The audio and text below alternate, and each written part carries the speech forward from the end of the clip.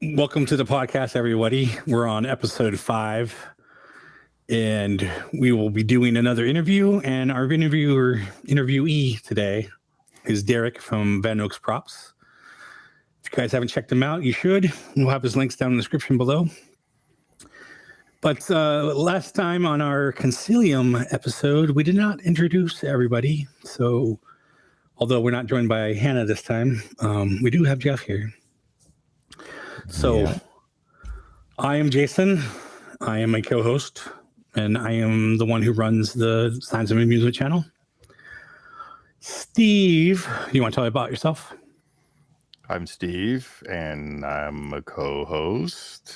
Why you sound like Barry White right now? You're like, what? I'm Steve. I know, suddenly it's like, hey, my name is, hey, everybody, I'm Steve, and I'm the co-host. And you get really close to the mic. Hey, everybody. Oh, hey. Oh, baby. For the bare necessities. Simple bare. Oh, baby. Just that. Forget about your worries and your strife. Oh, man. Now I'm hot now. Well, you started it, all right. So. Okay, cut. Back to you. No, No, you're doing Sorry. good. You're doing good. I was just teasing. I was like, whoa, why'd your voice get so sultry? I don't so know. fast? It does it. It's getting late in the day. It just, there you go. Right. All right. I'm Steve, and I'm another co-host, and yeah, I'm You here. have a channel. And Oh, yeah. What do you do on I your have, channel? wait. Right there? Expedition Steve. Steve. I Expedition do Steve. like POV videos. Well, I used to. Now I'm doing more of the exploring kind. So Hiking and whatever. Cool. yeah, I just uploaded the Kootenai Falls in Montana.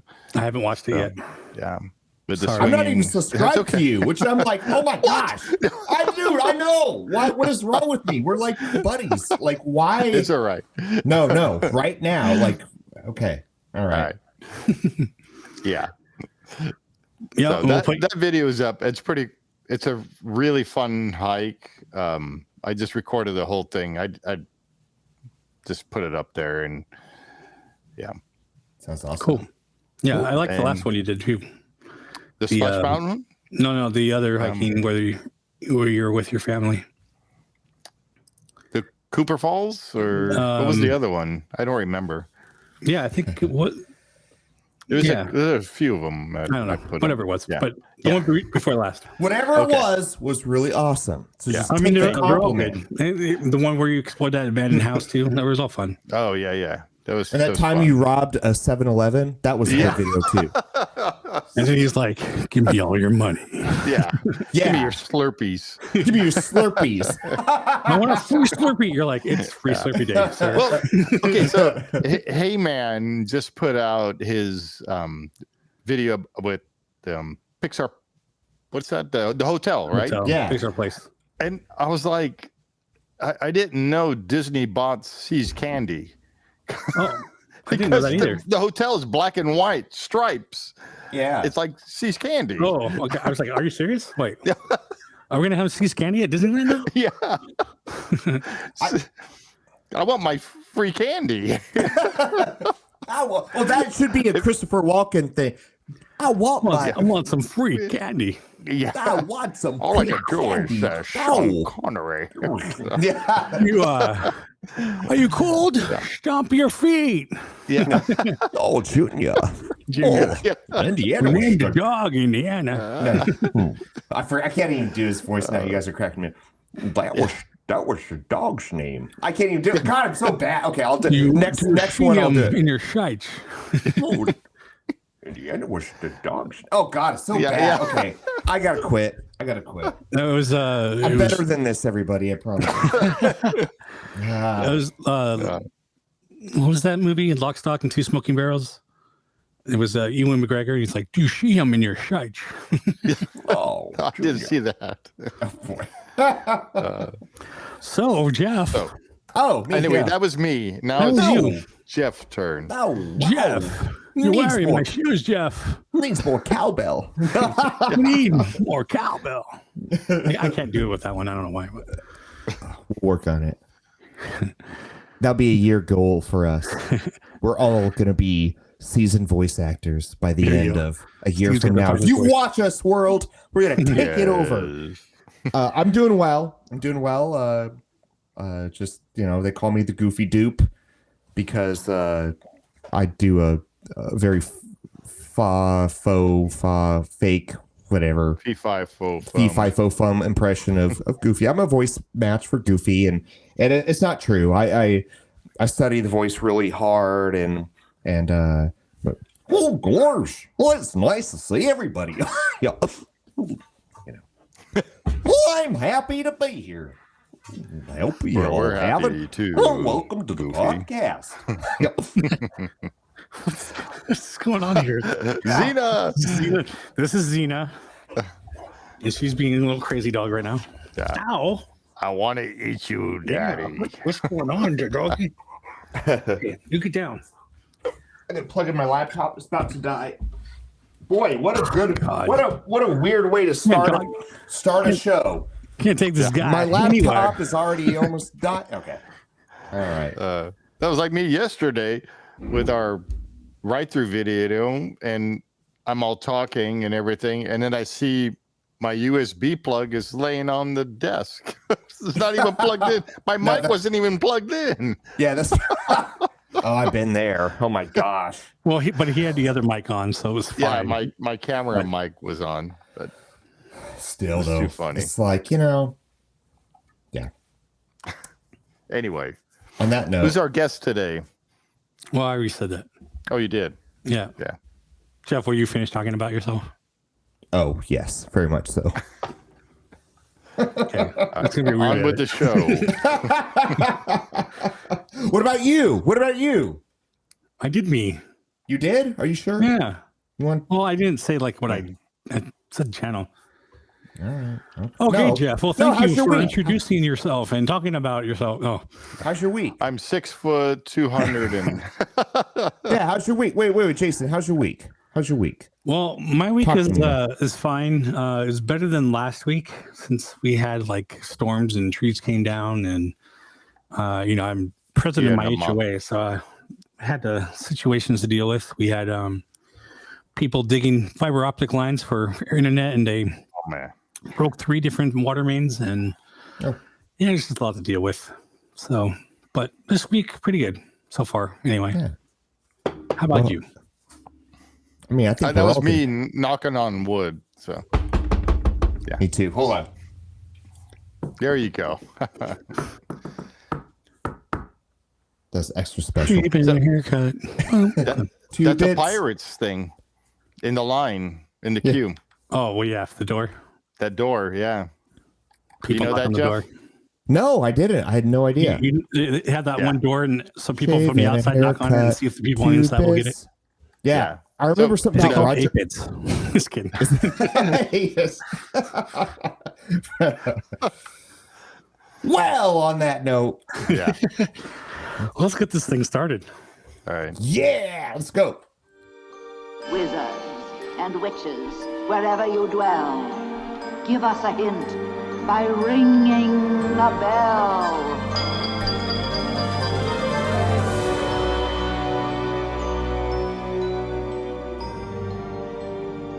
Winds in the east, mist coming in. Like something is brewing, about to begin.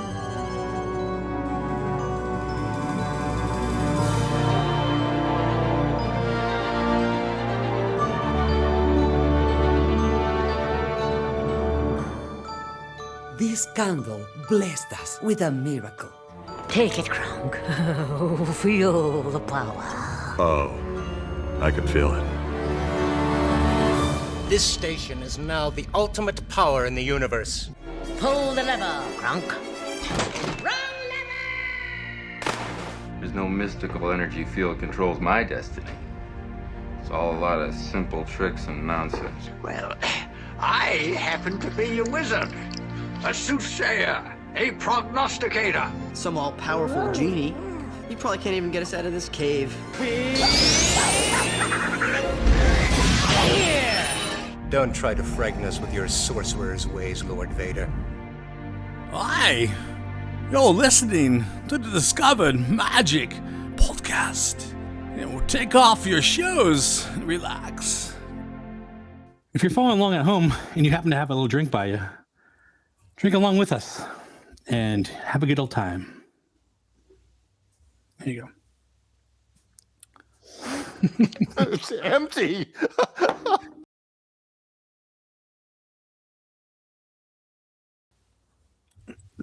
Well, cheers, everybody. Be sure to get your drink filled before you drink it. If I did that, it would spill. All right, now it's time to get to our interview guest. Today we have Derek from VanOaks Props. Hi, Derek. How's it going? Hello. It's going well. Going well. trying to keep from melting here. Yeah. Yeah. So you just got back from Midsummer Screen and you taught some classes, and I hear that went pretty well. Yeah, it's always a super busy weekend, and it's a great opportunity to catch up with fellow Halloween enthusiasts and to meet new people and share the things that I know with them. And very busy, but the best kind of busy. Cool. Yeah, we had some friends of the show down there too, like Justin Scard and our good friend Bob Kerr. Oh yeah. Yeah. So what kind of things? Were you just teaching classes, or did you have a booth as well? We basically have a workshop space. We've worked with the team at Midsummer Scream since their inception, and they've always thought that sort of a haunter education type opportunity was really important to the overall convention. And so for the last 10 years, I've been teaching classes, and it's usually stuff like foam carving and simple electronics to kind of help beginning haunters kind of get over that hump of like, I'm not sure that I can do this or not. And it's always a really interesting opportunity to like see that transformation in people as they go from like, I've never used a rotary tool before to like walking away with a completed tombstone with whatever, epitaph or saying that they want on it. So it's always an interesting weekend to kind of see those things happen in real time. Yeah. Do you have a lot of the same people coming back, or is it pretty like different people every time? Or it's kind of 50-50. We've definitely had people come back second and third years in a row to take classes again. It often depends on what it is that we're teaching. If it's a class they've taken before, they're not as likely to do it. But yeah, there's definitely some people that are familiar faces. And oftentimes I found that even when it's not people that are actually taking the class, I'll have people come by who have taken the class in the past just to say hello. Maybe, show me a picture of something that they made after the first time that they had taken a class and whatnot, and kind of a reminder that like the stuff that we're teaching them is useful for them and how they experience Halloween. That's cool. Yeah. That's cool. So just in case nobody knows who you are or what you do, obviously you do props, Halloween style props. You do a haunted yard, I guess. I don't know if you've ever done a walkthrough mansion or anything, but no. You do something every year in your house in the front yard, or? Yeah, for the last 12 years, we've done what would be classified as like a yard display or a yard haunt. And it's very much inspired by Disney's Haunted Mansion, which is my favorite attraction at Disneyland. And so it's your typical sort of spooky old graveyard aesthetic. Yeah. Cool. It's, low lighting and spooky music. And the occasional moving object or two. Very kid friendly, just because there's a lot of young children in the neighborhood, and honestly, I've just never been a fan of gore in my Halloween decorations. Just not my cup of tea. Yeah, I don't have any problems with it, but it's just not what I'm into. But yeah, we've been doing that for 12 years now. Nice. Wow. And how I found you, I believe, was from Hollywood Haunters. They did an interview with you a while back. I think it was at your house. Yeah. And I started following you. You have your YouTube channel, VanOaks Props. And I think I've been following you for at least a couple of years.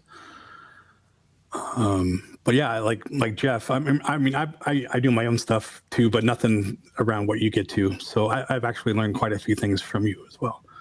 So yeah, big time. Today was educational. It's one of those things, like, especially coming off the tail end of this past convention weekend.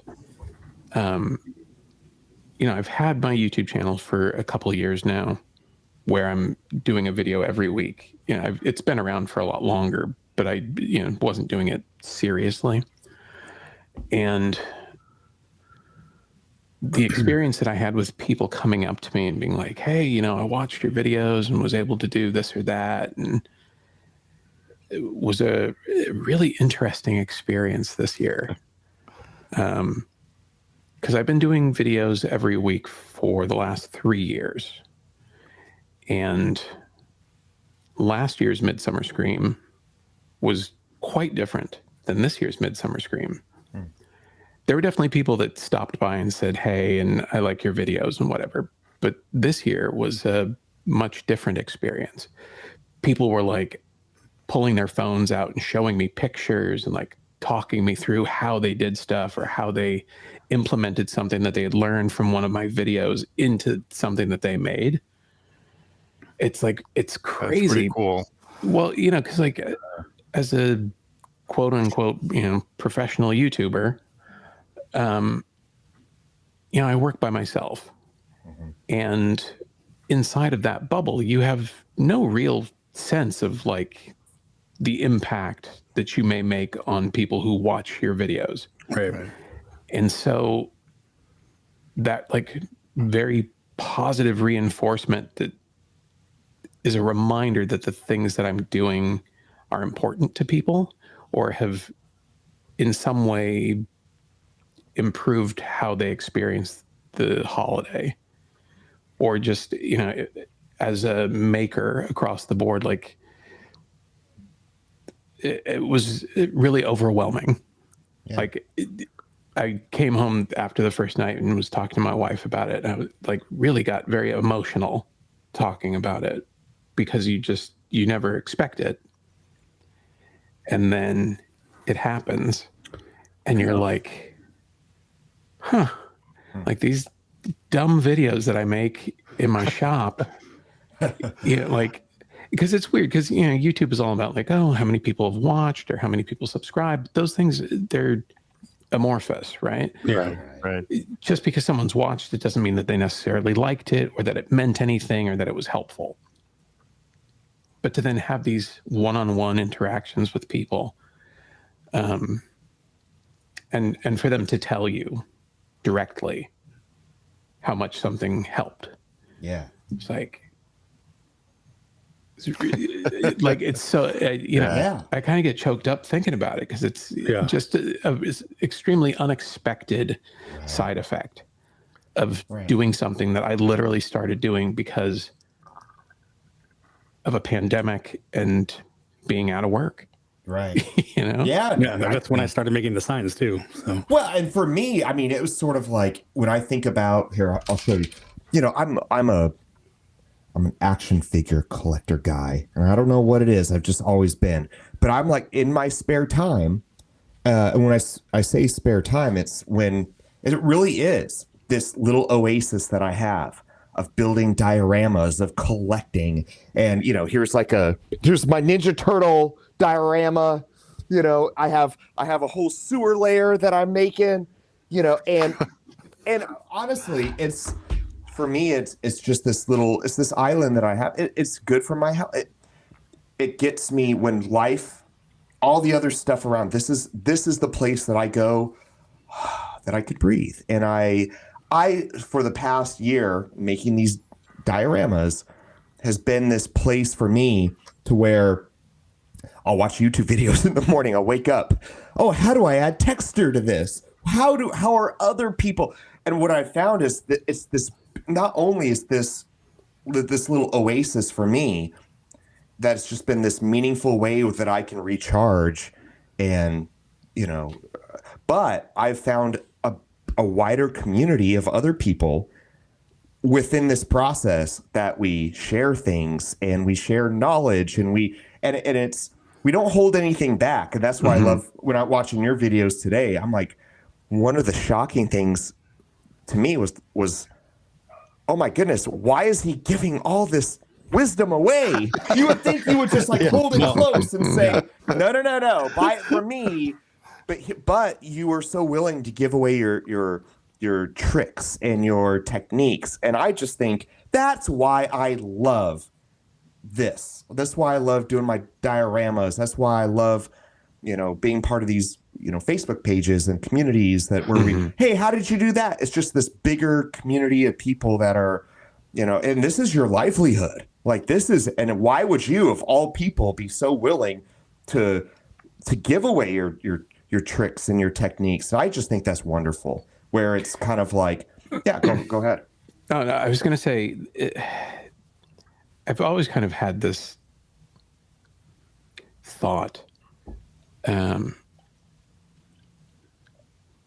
I basically want to die empty, right? Mm-hmm. We all have all of these things packed away. I gain nothing by keeping it to myself. Yeah. And by giving it away freely, I give an opportunity to somebody else to enjoy something that they're into. Yeah. Yeah. And a lot of the things that I know are a result of people sharing with me. And the best way to do any of those people service is to do the same in return. Mm-hmm. I love that. I think, in general, the maker community is like that. I mean, we're all like-minded individuals who love sharing, and that's the reason we started these videos to begin with. And sharing doesn't take anything away from what you're doing. In fact, it opens the door for more people to start doing it, but some people just don't have the ability to do that, and that gives you an ability to sell them something that they can't do. I mean, I know you have your Etsy shop. I have mine. You guys do stuff. Actually, Steve's got a laser now too. So it really doesn't take anything away from having a business at all. So. Yeah. No, because you'll always have someone who, there's kind of like two types of people. There's the people that make things and only want to make things. And then there's the people who could make things, but may not have the time. Yeah. Because I believe that everybody is a maker. Right. It's such a broad term. And so there's room for all of us essentially. Because I know as someone who sells props and stuff like that to collectors and to enthusiasts, the photos that I get to see sometimes from people who are like, oh, I bought this thing from you and I wanted to show you how it looks installed. And then they'll show me this crazy Star Wars room that they've built. Yeah. And it's almost a little what did you need me for? You're clearly doing a fine job on your own. Yeah. But there was just one of those things where it was well, you just happen to have the thing that I wanted and it was faster for you to make it than for me to. Yeah. I was just telling this story. So I make a sign from the Annabelle Conjuring movies. It's the Warren sign. And I had a guy that worked on the movie and he was going to make himself one. And he was like, your sign is 99% accurate from what we used in the movie. I'm just going to buy yours. So it's like, that's cool. That's like the best thing you can ever hear. Like the actual guy who worked on the movie who was going to make his own prop just bought mine because it was fine. Yeah. So yeah, kind of the same thing. Yeah, and I put myself in the same boat for that too. Like, there's definitely stuff where it's like, if time and money was of no issue, right, I'd make the thing myself. But there's plenty of stuff where I'm like, oh, I'm just gonna buy that thing right there. Yeah. Because how sometimes in order, there's certain things because you are, an artist. You think, I know how long that would take how long it would take me to do it. Mm-hmm. And time is money, or maybe you just don't have. And sometimes it's just, sometimes it's nice just to buy other people's things, just to, for sure. Just to going back to the idea of community, just to have, I don't want everything to be mine. When I look around on my little dioramas, I'm like, oh, I bought that one from my friend on his Etsy store, and that becomes part of the story that is this art project or this room or whatever it is that I'm designing and building. You can look around and I think it's, it's kind of, it would be lonely if it was all just everything I did. I don't like that. Right. I like to look around and be reminded of all my friends and the people that I collaborated with. And, there's stories to these builds. And I love your video with Neil Patrick Harris, because what an awesome, you could see his recognition of the time and the energy and how long it took you to build this door from the haunted mansion that you designed and made for him. But you could see his recognition of all of that.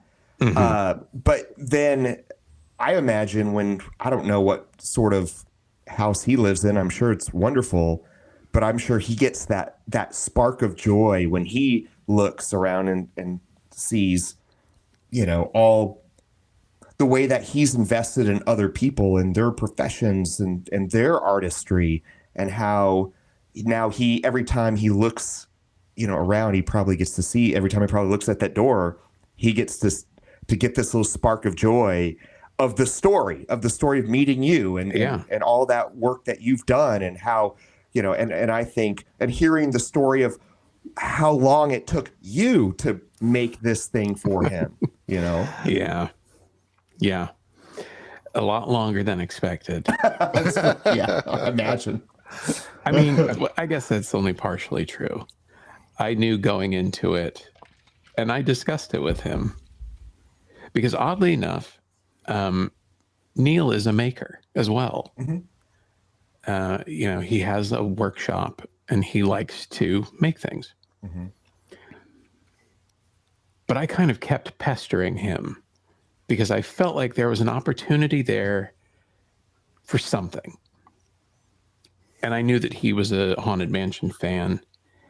And eventually we got into a conversation, but his question was not like, how can we work together to make this thing? He actually reached out to me because he knew that I worked in foam a lot. Mm-hmm. And he had the idea to make the door frame himself. And he wanted to know if foam would be a good method to do it in. Mm-hmm. And at that point I said, well, maybe I have a different, better, more interesting, more accurate solution. Mm-hmm. So, all of that said, when it came down to it, I said, well, I'm looking at probably 30 days straight of 3D printing. Yeah. Like around the clock. Ooh, burning hot. Yeah. And, all in all, I would say that it was a completely worth the time and energy. And I definitely learned a bunch of things along the way. But for him to be as psyched about it as he was, and I'd send him little update pictures of things kind of, well, here's this piece of this thing, and here's sort of the reference photo and what have you. And his responses would always be so I'm super excited. This is turning out so much better than I expected. I'm, can't wait to see it all come together. Yeah. So, yeah, that's a good feeling. For sure. And he has been sort of like the perfect client, like I kind of approached him with the idea, and we talked through some things, and I gave him kind of a timeline because he has a whole bunch of stuff that he's planning on doing on his end to prepare for all of it to be installed. And so there was a lot of, negotiating timelines and making sure that everything would be there when it was supposed to be there. And then when we got like 2 weeks straight of rain in Los Angeles, and I told him, like, I'm really sorry, but I'm not going to be able to keep to that deadline. And he was just like, don't sweat it.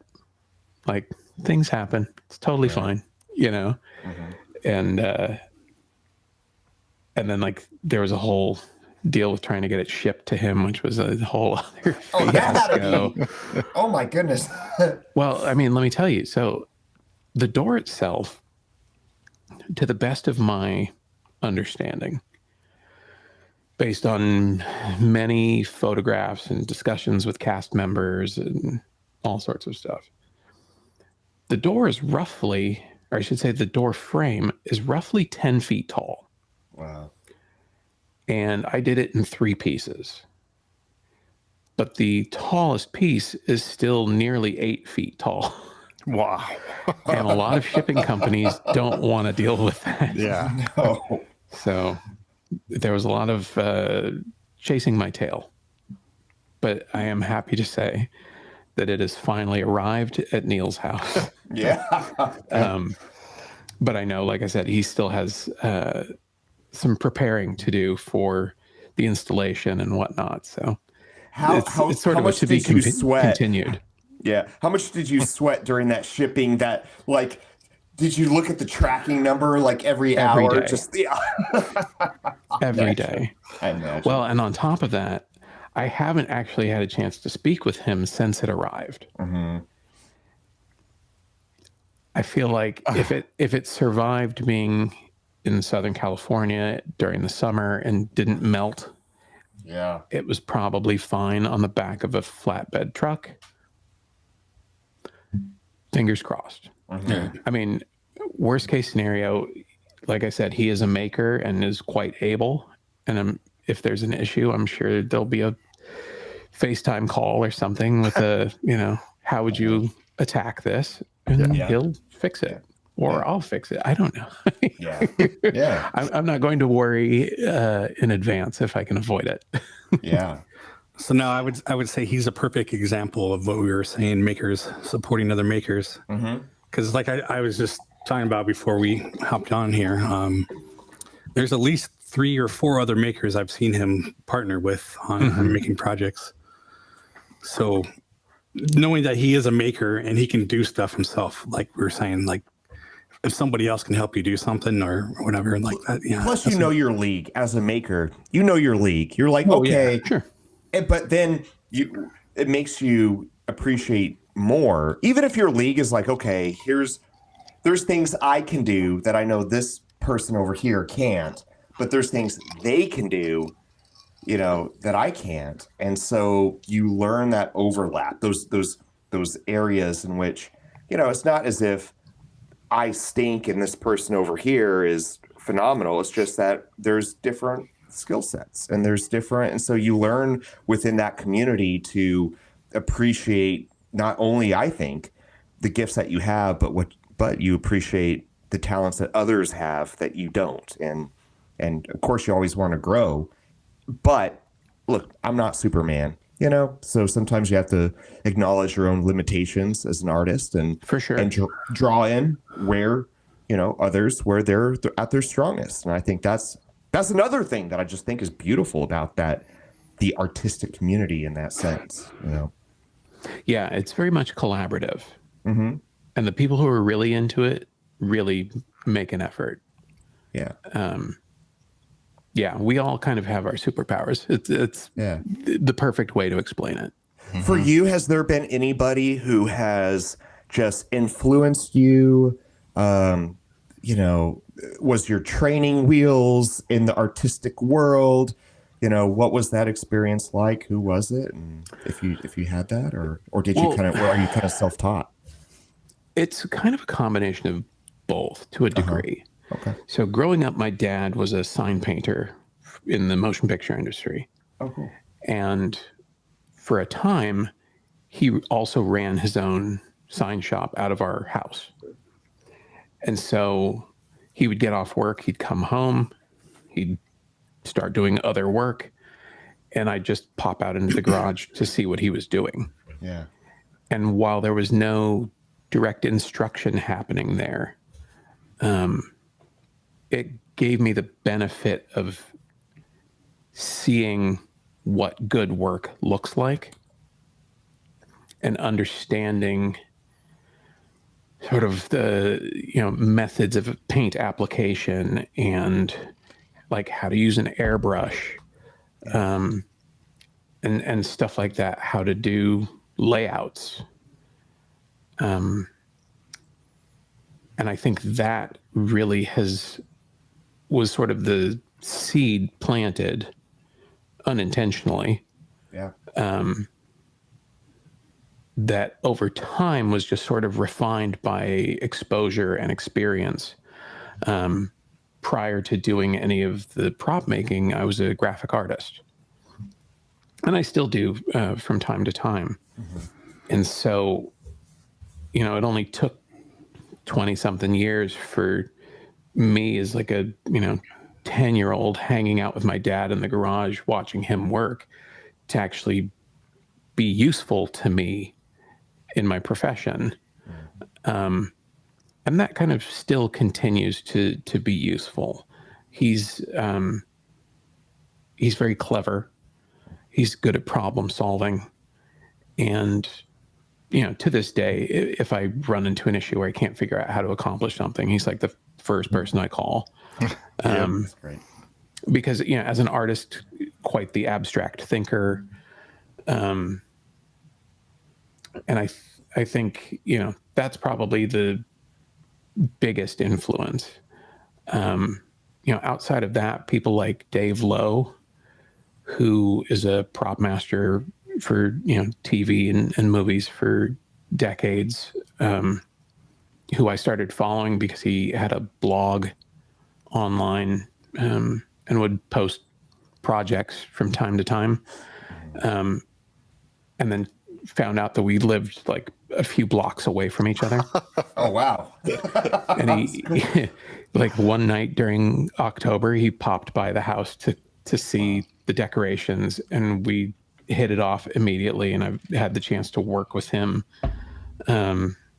professionally, and again, like super abstract thinker, could make anything out of anything that you gave him. Extremely creative, and just super nice guy, you know. So it's like always a pleasure to spend any time with him that I, you know, get a chance to.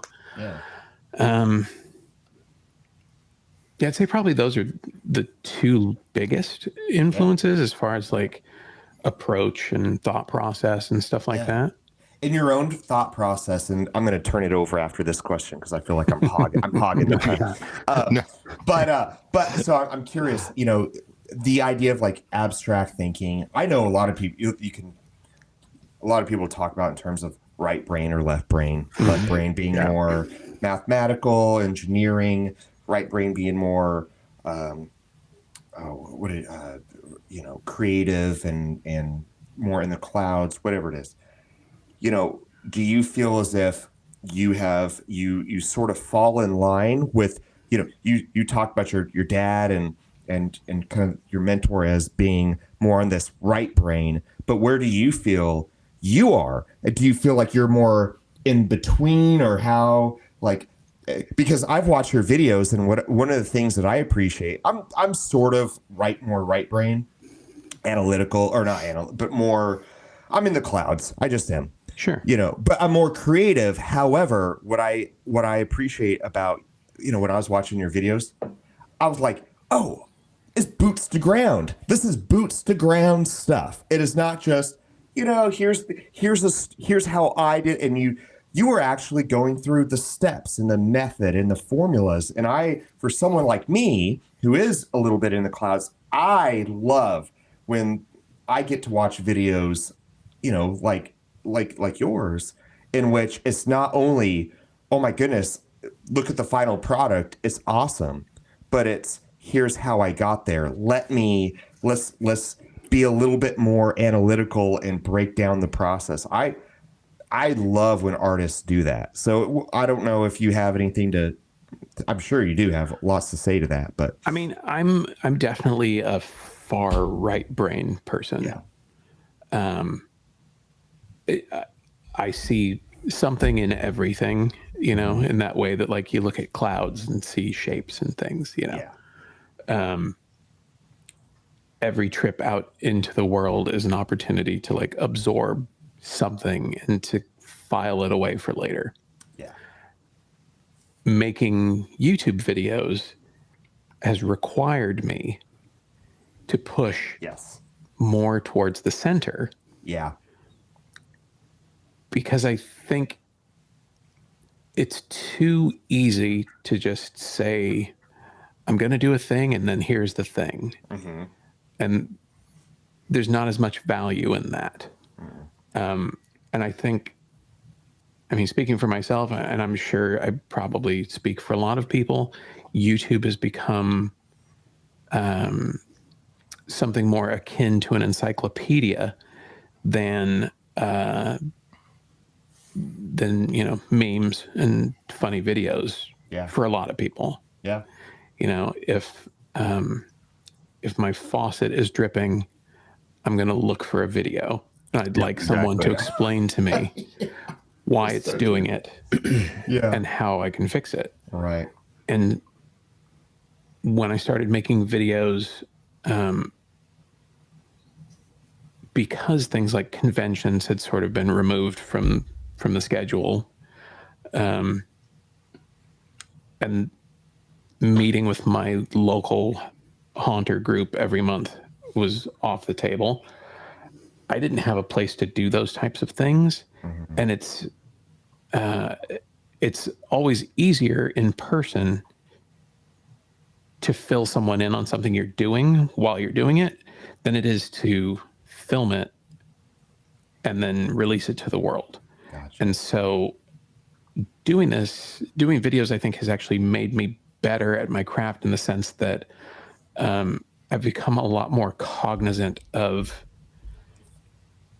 every little step and really making it a point to say out loud the things that are just part of my knowledge base. Yes.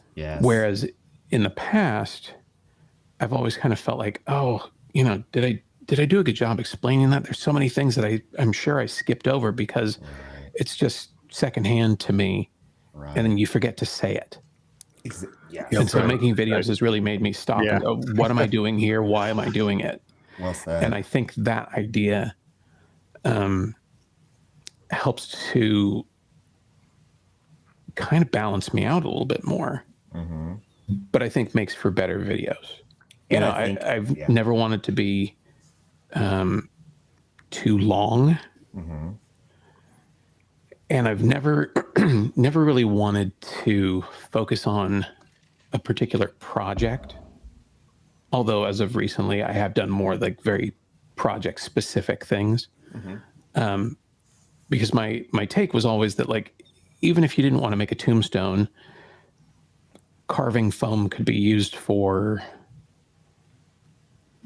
20 other things. And maybe you'll watch this and there's something of value that you'll take away that can apply to the thing that you're working on. So even though I've never made a diorama, but you do. There's definitely things in there that scale. Big time. Right? Yep. And honestly, a lot of the things that I've learned was learning from watching people making small scale models. Yeah. And then I would test to see if it scaled up and still worked. That's interesting. That's so see, and it's true because it was the texture. What got me today was the texture thing. So I'm making I have a remember the Toxic Avenger, Toxic Crusaders, so okay. I'm making a Toxic Crusaders diorama, and it's a junkyard. It's a junkyard. And I'm thinking, I got all this foam. I work in foam, and I went on Amazon, and you can actually just buy like, oh, this is asphalt, it's paint, but it's mixed with something else. And gosh, is it expensive? Yeah. But then I smacked myself on the forehead watching your video of how to add texture, whether it's baking soda, whether it's you had different, and you were so good that you did several different methods. And I thought, oh, why didn't I just do that? So absolutely, it scales. You said it scales up. It scales down. So I don't care how I get the information. It's like it does. The same thing. I'm like, oh, I should have done that. Why did I go on Amazon and kind of cheat my way through? So what I think is great about your videos are, well, in some ways, you said your videos level you out, but I could see a lot of people that just say, well, I'm not artistic. I know I could never do that. I don't have that sort of creativity, but then they could watch the way that you break stuff down. And before you know it, they discover, I'm an artist. And I never thought I could be that person. I never thought I could be balanced, And I think that's what's really cool about your videos and what you do, how freely you give away your information and your techniques. But, the world's a better place for it. And I think, there's going to be a lot of artists in which, they'll stumble across a video or two of yours. And that might be the thing that when it all turns out like, oh, I didn't know I could do this. And I think that's awesome. That's just a cool thing. It's great that's how it comes across too, because that's always been my hope. Yeah. Was that it would just be that little thing. Yeah. There's always like another way to do something, and watching someone do something and then watching another video of somebody does something another way. Like it's like how you made your TV.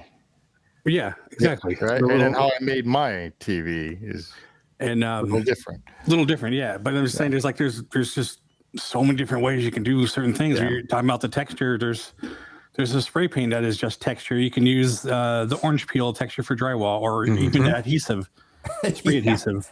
Yeah. I've used all of those. Mind blown. Yeah. But it's just funny how like the little things, like you were saying, like, oh, I didn't know I could do it that way. Or I made this roll of brown paper. I screwed it onto the edge of my workbench so you can just pull it and put it off. And the guy was like, told me his mind was blown because it was so easy. I'm like, I just made a roll of paper. But it was like, it meant a lot to him. So it's just, it's funny how that works. Everybody learns from everybody. So gosh, and what a great platform YouTube is for this, because I remember I went to art, I took art classes in college, and I was like, oh, okay. So here's all the techniques. YouTube is an infinite space of wisdom and all the stuff that you had to go years to art school or whatever school you had to, thousands of dollars. Now it's just like free on it's one click away. And I think that's how cool is that? You just have to watch an ad. Not me. I have premium. Not me, sir. I don't have time for ads. I got stuff to learn, That's right. So getting back to other YouTubers, you just recently had the nerd camp over with Smugglers. So how did that go? How did that come about? What kind of stuff did you guys do? What did you learn differently, maybe? So for those who are unaware,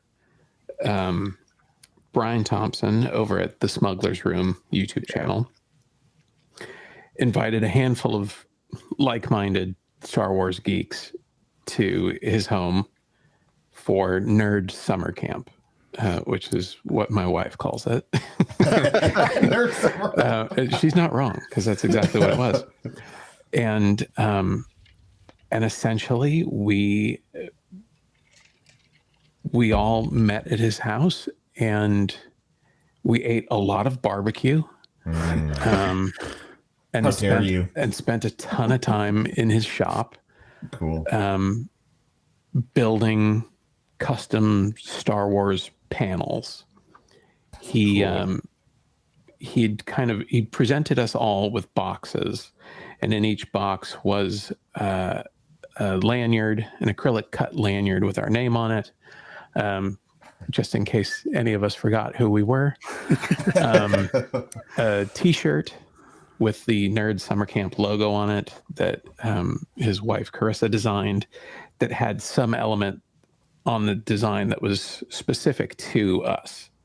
And then in the bottom of the box was a series of laser cut panels.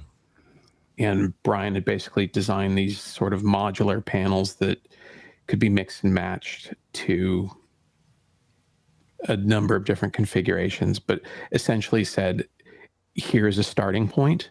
You have my entire shop at your disposal. And I'm just curious to see what you guys come up with.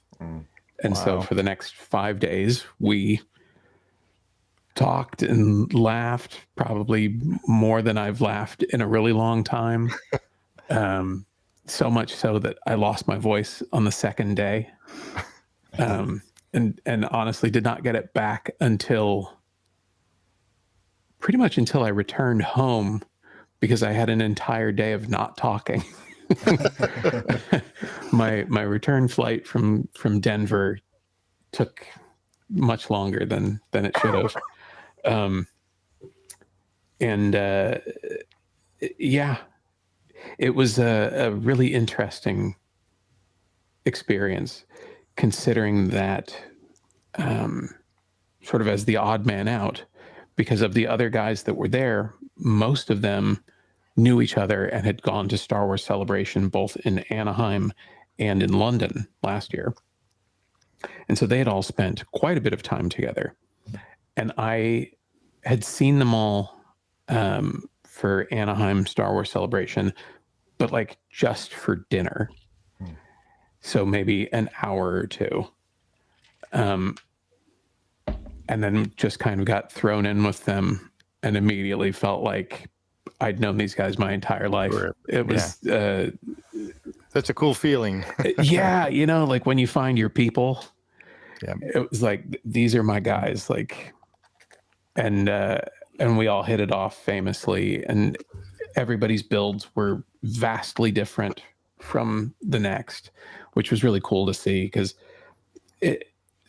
you can define the Star Wars aesthetic, and yet it can be different and still be the aesthetic, which is like, it's weird to say, and I'm sure I'm not doing a great job explaining it, but it's like, you kind of know it when you see it. And I think a lot of people ascribe a particular look to it. Right. But the stuff that the guys did was so like reminiscent but different, and definitely had like their own signature style to it. Right. Did he give you like a certain set of Greeblies, or was it just come as you go? He literally said, see that wall over there? That entire wall is just like boxes and boxes of Greeblies. Yeah. And when I say entire wall, I mean literally like an entire garage wall of like plastic cases with like categorized Greeblies of varying shapes and sizes and materials.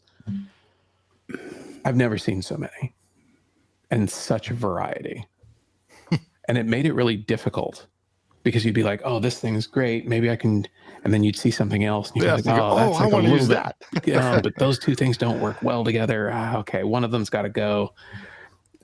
One of the days, I pretty much spent the entire day in the shop just sort of leaning back against a bench, looking at what I was working on, going, not really sure.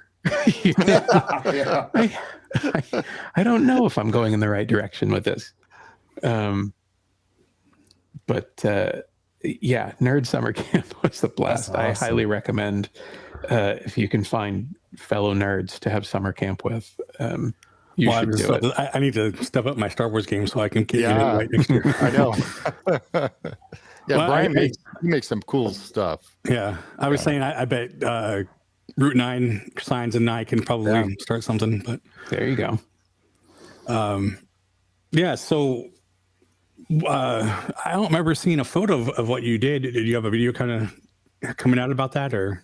No, there is a photo of a nearly finished panel on my Instagram. Is there? I don't remember seeing it. If you go back probably a week and a half, you'll see it. It's bright red. I'm gonna guess this one. That is it. Oh, nice. Hey, I like that. That's cool. That's I'm sort imperial. Of like, well, it's a little bit like, but it's industrial enough where for me, we can talk about the Star Wars aesthetic all day long, but okay, I like me some Star Wars. You know what I love? Blade Runner. That's my sci-fi. So something like Andor, when you watch that, I'm like, sure. Ooh, they're pulling in some Blade Runner vibes. There's more, it's a little bit more, neon and city, whatever. I think that's sort of my vibe. I'm not saying it's Blade Runner-y, but I think it's very balanced in the aesthetic, because it could be on something like Andor, or I could see it on probably especially on the early prequels. I like it. It's funny looking at the circle. Doesn't look anything like it, but I see R2D2. Just because of the lines and they got the eye kind of thing. Oh, yeah. And I see Imperial. Yeah. Because of the red and the black. Yeah. The lights, there's lights up underneath it. You can kind of see that are white and red. And then the sort of vertical stripe cutouts at the top and bottom are orange from behind, kind of a nod to the carbon freeze chamber from Empire Strikes Back. Empire, yeah. Yeah. That's so cool. And like I was saying, like mine looks nothing like anybody else's.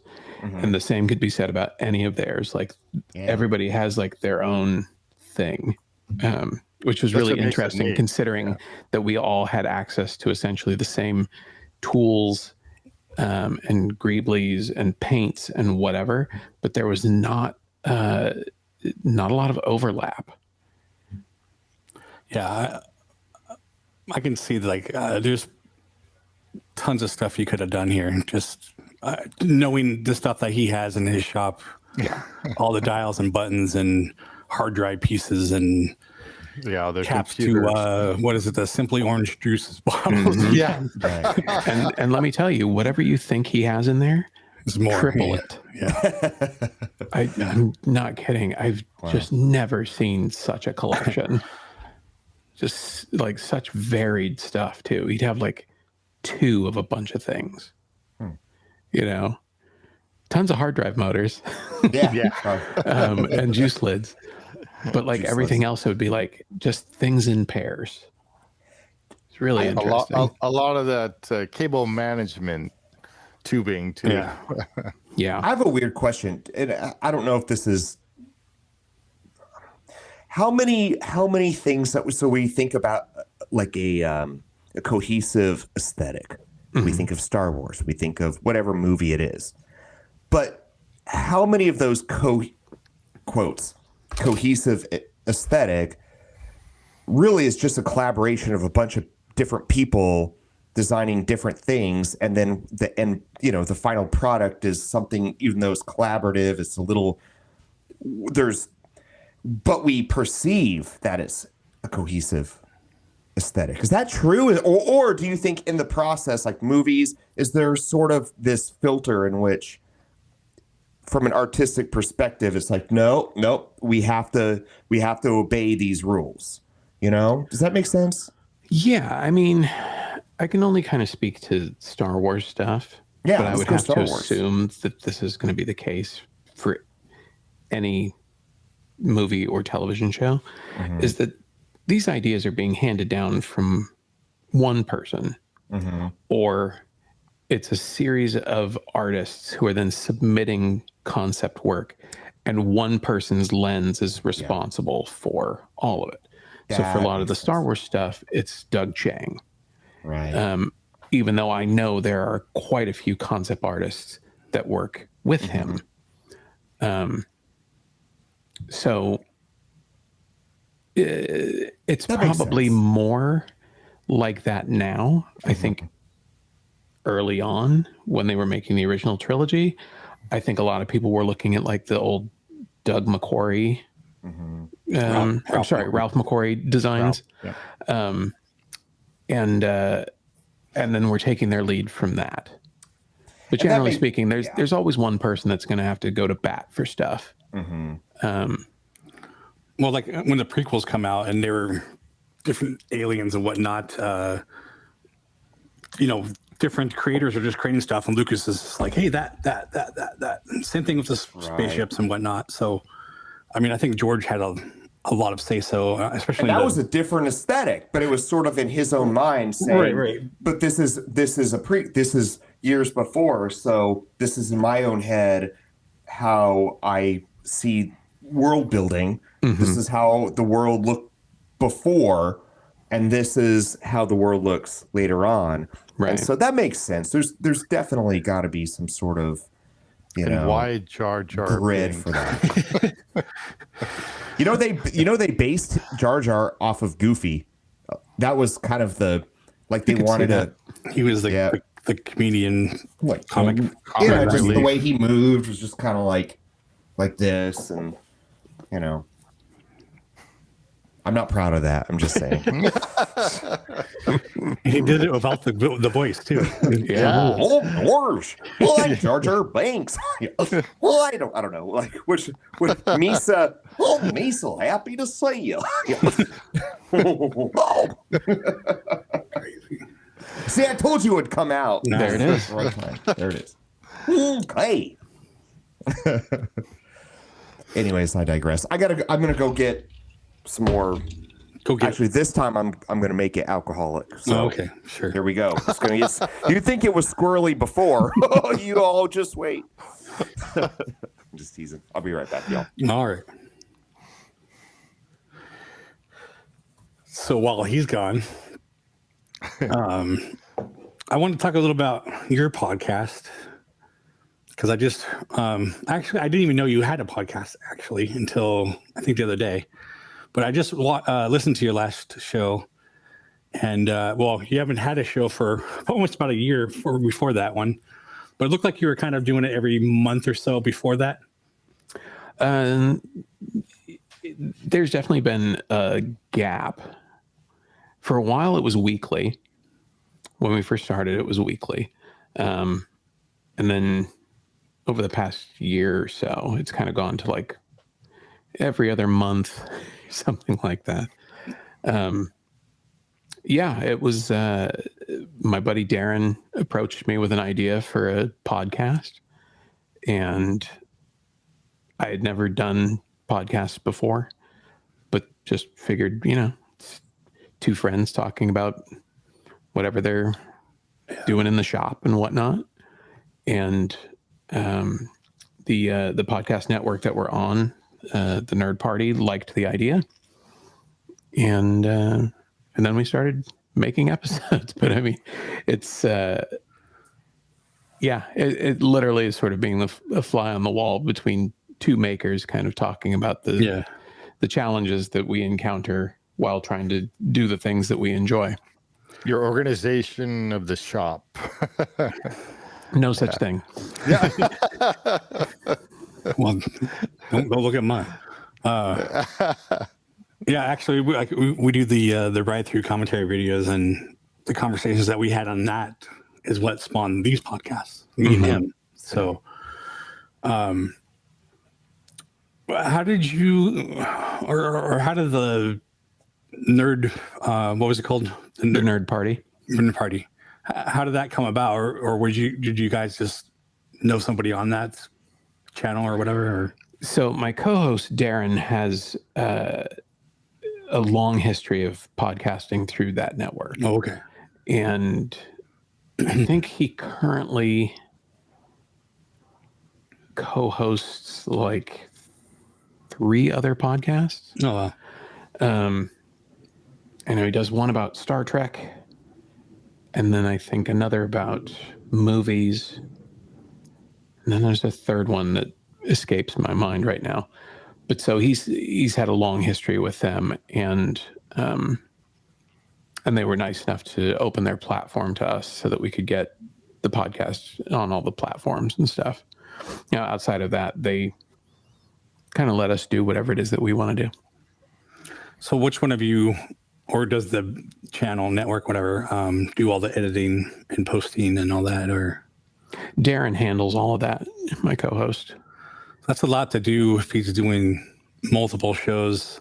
Like Jeff's on a few different shows too, but like for ours, I do all the bit, editing and trying to get guests and whatnot. I mean, Steve's got a couple coming on, but for the most part, it's a lot to do. I just now created the calendars because we have Jeff now and trying to get everything and running the 2 shows, and then it was hard to wrap my head around what I needed to do and get it out in time. And so now I have like everything pinned out on a specific day and what I need to do and whenever, plus I got a regular job too.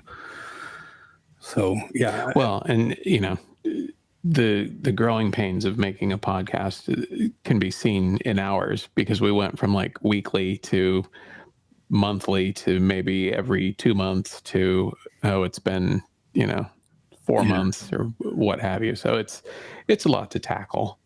And I think, I know that from doing my YouTube channels, which I have the interactive realm one, but I also have the Signs of Amusement, which this video will get posted on. Mm-hmm. But just from knowing that is why we started the podcast doing it once a month, and now we're doing two a month. But I don't know if we can push it to another. That might be a bit much for right now, but never know. We talk about happens, but what did I miss? Well, just talking about Derek's podcast and scheduling and whatnot. So, I think for us, we just kind of have the unique scenario of like, we kind of hit record and then it's like 35, 45 minutes of talking straight. There's rarely any editing other than slapping an intro and some music on there. Well, I think that's kind of how our other, that's kind of what we've been doing too. Our other one is, but this one is a little more editing involved.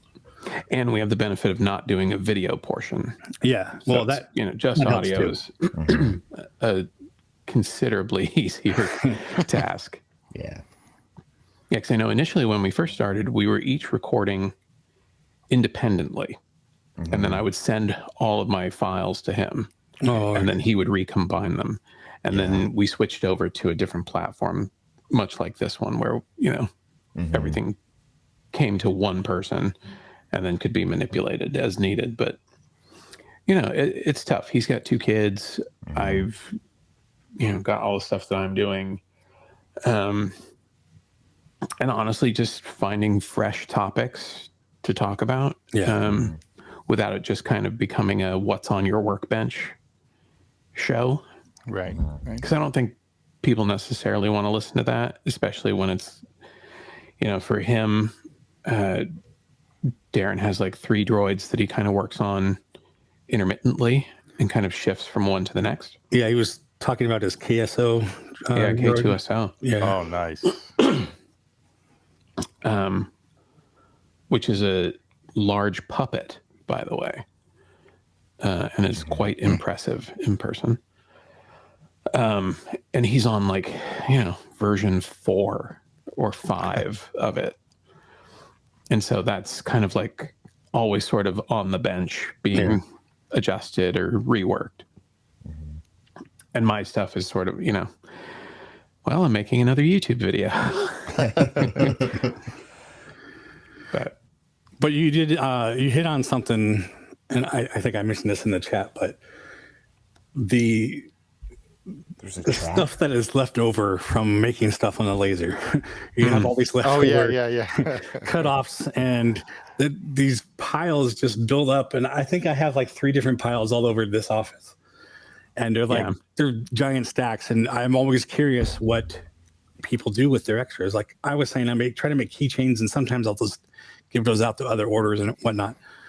But what kind of stuff do you do, or have you done anything with them? Or typically, when I have offcuts, I kind of have an agreement with myself that if it's smaller than like a note card, it's gone.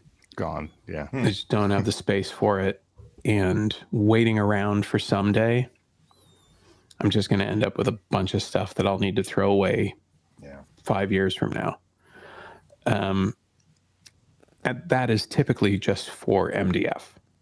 Now, if it's acrylic, that size goes down considerably because I sell 1-inch square acrylic tiles for Star Wars panels. And those I can kind of just throw a grid onto anything, and what I get out of it is what I get out of it. So in that sense, that's pretty much the only thing that I make with scrap. But if I can't do that, then it's also got to go in the trash. That's probably usually just that's helpful to me for a lot of things. Yeah, there's just some stuff that you can't be precious with because what ends up happening is you forfeit space, right, for someday. Yeah, and I kind of have gotten to the point now where I've really tried to get rid of a lot of the things that I was just holding on to in case of.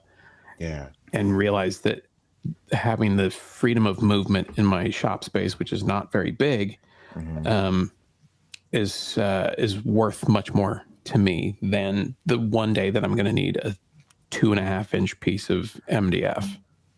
So these are other things I started making. Little QR code handouts instead of business cards.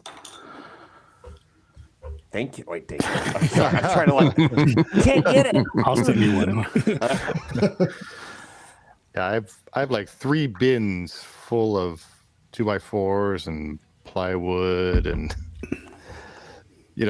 offcuts, thinking I'm gonna use it for something else. And I started throwing some stuff, especially like we're saying MDF, but regular plywood or veneer or acrylic, I try to force myself to at least do that kind of stuff. Sure. But for the most part, we don't need it. But if you can get something out of it, might as well. Yeah. At this point, the move is I have one of those post office bins. Yeah. And that's sort of the chuck it in there for someday bin. And if that thing gets full, then it's time to assess the situation and stuff's got to go.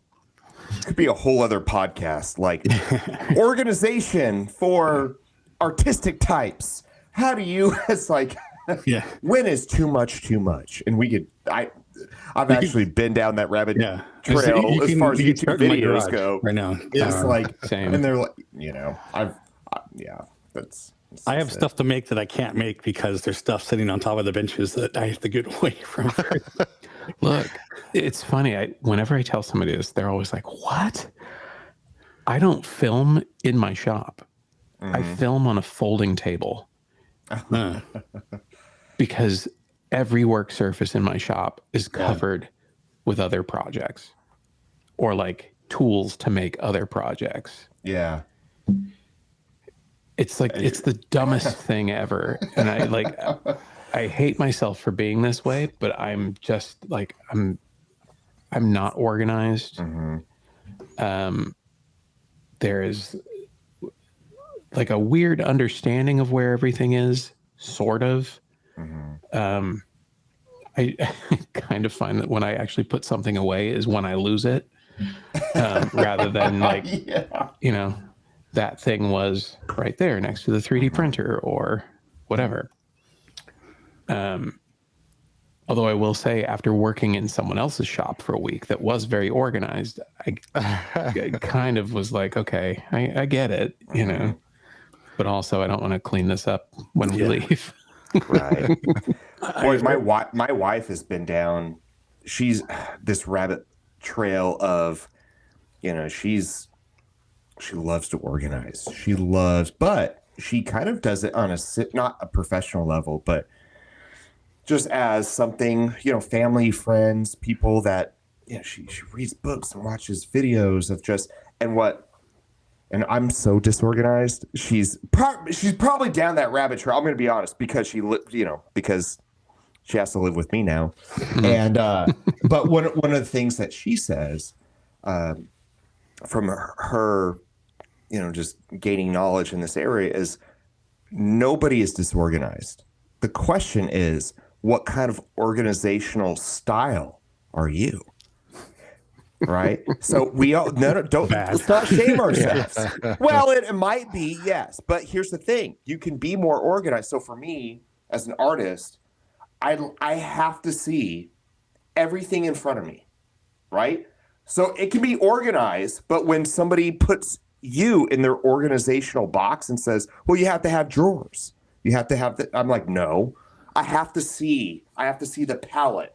And I'm like a wizard in my world, and I have to look around and say, little of this, a little of that, boom, boom, mix. You know, that's me. So what I realize is if somebody's trying to make me organize with drawers and things I can't see, then you know what I do? I'll just throw it on the bench. I'll just put it on the table. And leave it there. That stuff's organized. This is where I do most of my the laser work, building signs and whatnot. You just clutter all around. I mean, signs just sitting here. I took this off the wall so I can redo it, by the way. Like I have drawers and they're just full of mismatched stuff everywhere. So I'm not organized at all. Adam Savage says that drawers are where tools go to die. He also refers to his style, which is very much like yours, where you can see everything as a cacophony of chaos. Oh, I love that word. And there is a little something to that, where you can just scan the room, and then that's where the thing is. Instead of it's in a box, it's in a shelf, it's in a drawer, it's in a whatever. And I work in a relational kind of way, so I'm like, there's a reason sometimes where you don't want to throw that thing out. You're like, well, but it's attached to a memory, or even if it's a 3D print or something, you're sort of like, yeah, but it took so much. I could remember where I was when that thing was printing out, right? And then you can't throw it away because there's an emotion attached to it. So that's why I think there is something to be said about, you know, owning that and growing in your own. You know, okay, maybe you shouldn't have a desk that's just, you know, a pile of stuff. But if you understand your own organizational style, your own artistic mind, you can always grow. And going back to that goodness, what was it? The over here you have stuff. Over here you can move around your creative space freely. It's like, how do I navigate between the two? And well, I mean, we can all grow in that way. That doesn't make sense. I'm just thinking extrovertedly, but I'm going to shut up. I think I'm trying, guys. I'm trying. I'm thinking in my own brain. Oh gosh. Do you have anything coming up that you're looking forward to? I know you have this like secret project coming up that you can't talk about. Yeah, well, if all goes well, that'll come to light very quickly. No, I mean, for me, this is sort of the like core time for my channel. It's when my videos do the best. Because I think when I first started the channel, I was doing strictly Halloween related content. And so people tend to expect it right around July, August. So we're going to shift gears from kind of the variety stuff, the Star Wars stuff, to pretty much solely Halloween related projects from now through I think October. Most of that's probably because you are working on stuff for your house and you just kind of film as you do stuff. Is that? No, honestly, our Halloween display is and has been the same for the most part. Okay. It's in the rafters for at least the last decade. You know, I was just saying that because I know you did like projection stuff. I don't know if you added them, but you had the videos to add them. And yeah, sometimes, there's definitely some videos that I've made, like, for example, the sort of above ground tomb, the sort of New Orleans style tomb, which was something that I'd wanted to make for our haunt for many years, and then needed to make a video and couldn't come up with a good topic, and thought, well, now's as good a time as ever to do that. And we had it in our display last year, and I felt that it did not fit. And so once October was over, it's off to someone else to enjoy. So it's has a life somewhere else now. It also didn't help that I didn't feel like packing it back into the garage. It's always the thing when you got to take everything down. You're like, yeah. Like as a standalone thing, I liked it, but the scale of it wasn't right for our display. I always have this idea, like my yard wraps around my house. I need to put a gate over here, but I always wanted to build like a walk-through haunted mansion, and just knowing all the sets and props I'll need, and like every time I think about it, and then I'm like, nah, I'm not going to do it. But I want to do it. I don't blame you. There's a lot of stuff that I'd love to do. So even if it's not permanent, it's just to try. But it's like, where does that stuff go? Yeah. Storage is always an issue. And I know there's a lot of haunters, like friends of mine, who have storage units for all of their Halloween stuff. And it just doesn't seem worth it to me. Since you're a huge Haunted Mansion fan, what do you think about the Nightmare Before Christmas overlay? I don't care for it. I like the movie. Yeah. But for me, the time of the year when I want the mansion in its original form is Halloween. Yeah. I feel like there's enough of a gap. If they shut it down November 1st, they could run Nightmare Before Christmas overlay, because I'm sure they could probably do the overlay in a period of a couple of weeks. Yes. But they'd have, most of November, all of December, and like take it all the way into February. Absolutely. Yeah. But for them, I think, it's August. I feel like it's right around the corner. Close. Yeah, another month will be up. So it's like, maybe they should just do it in July. Just kidding. I don't know. Christmas in July. Christmas in Probably. July. I'm just joking. I don't know. No, they shouldn't. But no, I agree. I think that's a much better timeline for that. Or maybe do it every other year or something, Yeah, I don't know. It's tough because I'm sure for them it sells a ton of merchandise, and I know people are diehard fans for it. And if you're like a pass holder or regular attendee to the park, having something different is always exciting. But yeah, for me, I'll see it just to say that I've seen it, but it doesn't really do much for me. So you haven't made any Nightmare Before Christmas stuff, or just the Haunted Mansion stuff? Just Haunted Mansion stuff. Yeah. I love what you said earlier. You said, and I never thought about this before, when it comes to Halloween, I was almost a Halloween baby. My birthday's October 30th. So Halloween's always had this kind of like, because my birthday was always either it'd be on Halloween or the day. So it's always special for me too. But I love Halloween, but at the same time, I'm sort of the kind of person that I don't like without the gore, without, you know, I'm not a dark person. I'm a very kind of jovial, just goofy person. guy. Goofy guy, sure. But I, you know, how do you reconcile the two? And it's like, that was a great insight earlier, in which it's like, well, you know, you can be someone who just is passionate and loves Halloween, but it doesn't mean it has to be morbid, and you can kind of separate the two. And I think I appreciate you saying that, because I never thought of it that way. I thought it was really cool. Yeah, my take on Halloween decorating for us, and this is just how I feel. I don't want to be disparaging to anyone who decorates however they decorate for Halloween. Right. Sure. Because I firmly believe that like more Halloween is more Halloween. You know? Right. I think our minds are really strong creative devices.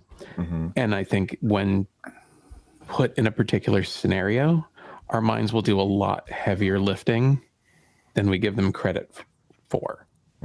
So when we set up our display, and I see it every year when kids come by, they think something's going to happen. They think there's going to be, you know, someone's going to jump out at them, or something spooky is going to happen, or something scary. But it doesn't. Right. And that's one less thing that we have to do. Right. Yeah. So it's sort of like theater of the mind stuff. So we've just set the table, and then we let your mind do the heavy lifting. Oh, I love that. It's sort of like comedy. Yeah. Okay, I'm gonna take it this direction just for a second, because think about this. You know, there's a lot of comedians that I love me some dirty comedy. Don't get me wrong. Yeah. I love me some gory horror movies. You know, I don't get me wrong. I mentioned Toxic Avenger earlier. I'm like, I love Toxic Avenger. It is one of my favorite like movies. But with that said, think of comedy. What if when you take away the dirty jokes, when you take away the swearing, you can't use those things as a crutch. And I think maybe it's sort of the same thing of Halloween and all this. When you take away gore, when you take away shock value, you no longer have that crutch. You really have to make your art above and beyond, you know, where you can't use, like I said, shock value as a crutch. So, yeah. Do you think that's right? Do you think that's... I definitely think there's some validity to the statement. You know, I think the sweet spot is kind of in between. Sure. Because I think there's room for all of it. Yeah. Yeah. I think the good thing with Halloween, even if you don't do the blood and gore, is you still have like the old and weathered and cobwebs and whatnot that you can play around a lot with, really, doing all kinds of things. Yeah. Isn't it just like how they made the Haunted Mansion? Exactly. It was, you know, pitched as like, you know, we don't want to scare people to death. Right. We just want to set an atmosphere for them. Right. Yeah. And it's whimsical. It's like there's a lot of the Mark Davis part. Yeah. So, you know, I think it's weird because people always ask me, you know, they know that I'm into Halloween, and they say, well, you know, do you go to like Universal? Do you do any of the big haunted attractions? And I always say no, because I hate getting startled. Right, which is like my reaction's like that. Ridiculous. It's like he wants to punch everybody. A surfer who dislikes swimming. And but the reason behind that is because like if I go see someone's haunted house or whatever, I'm always looking at it like, oh, I wonder how they did that, or oh, that's, you know, that's really cool what they did there, or whatever. And then that's when the person is in prime position to startle the crap out of me. So, you know, so for that reason, I don't like it. But I think there is something to it, and it's kind of the mix of the two that I think is why stuff like Universal Horror Nights is so popular, is because they bring that like level of professional attraction making, and then that startle. So you're kind of getting that like immersive experience plus that dose of adrenaline every, you know, minute or two. like you, go to certain this, the setups on people's yards and like Christmas time even too. And I'm wondering the same thing, how they do something. I find myself like explaining it to other people and they look at me like, we didn't ask you. It's like, just let us enjoy it. And then I find myself having to turn that part off sometimes and just trying to enjoy things. Oh, he used to make it this and blah, blah, blah. Yeah, for sure. That's funny. Well, speaking of the parks, how often do you get down to Disneyland or whatnot? About once a month. Oh wow. We try to go. Nice. Yeah. Goodness, that's I'm jealous. I gotta bring this up again. I would if I had an actual annual pass or Magic Key, but I don't because they won't let me buy it. But at least not the one I want. That's another story. Yeah, it's another story. Again. It's a story that happens every time. Yeah. But, so I'm guessing you must have a pass or whatever. No, my wife works for the organization. Well, there you go. So. Oh, nice. Yeah. Well, that's even better. So, yeah. Cool. Yeah, I wish I had that connection, but I don't. It's a good one to have. Yeah. My cousin that worked there, but she worked there for over 40 years and finally retired. So it was nice to, when I was a kid, Sure. Yeah, she would help me get in. So the park is great fun. It's we were. What is annual... your? Sorry, go ahead. I was going to say we were annual pass holders for a really long time, and then canceled because we found that we weren't going as often as we had anticipated. And someone that. Oh, go ahead. Oh, and then recently started going much more regularly. Cool. Just popped in my head. I have this question. I'm like, wait, so you get to go around in the parks, probably you've seen things enough where you're staring at this thing, not once a year, not twice a year, but on the regular. Are there rides, or as someone who is sort of in this artistic mindset, is there something of Disney in the parks that you say, you look at it, whatever it is, it could be small, big, and you say, or you think to yourself, well, that's just amazing. And is there something that you see that's sort of like, yeah, I'm not real impressed, by whatever it is. Like, Astro Orbiter?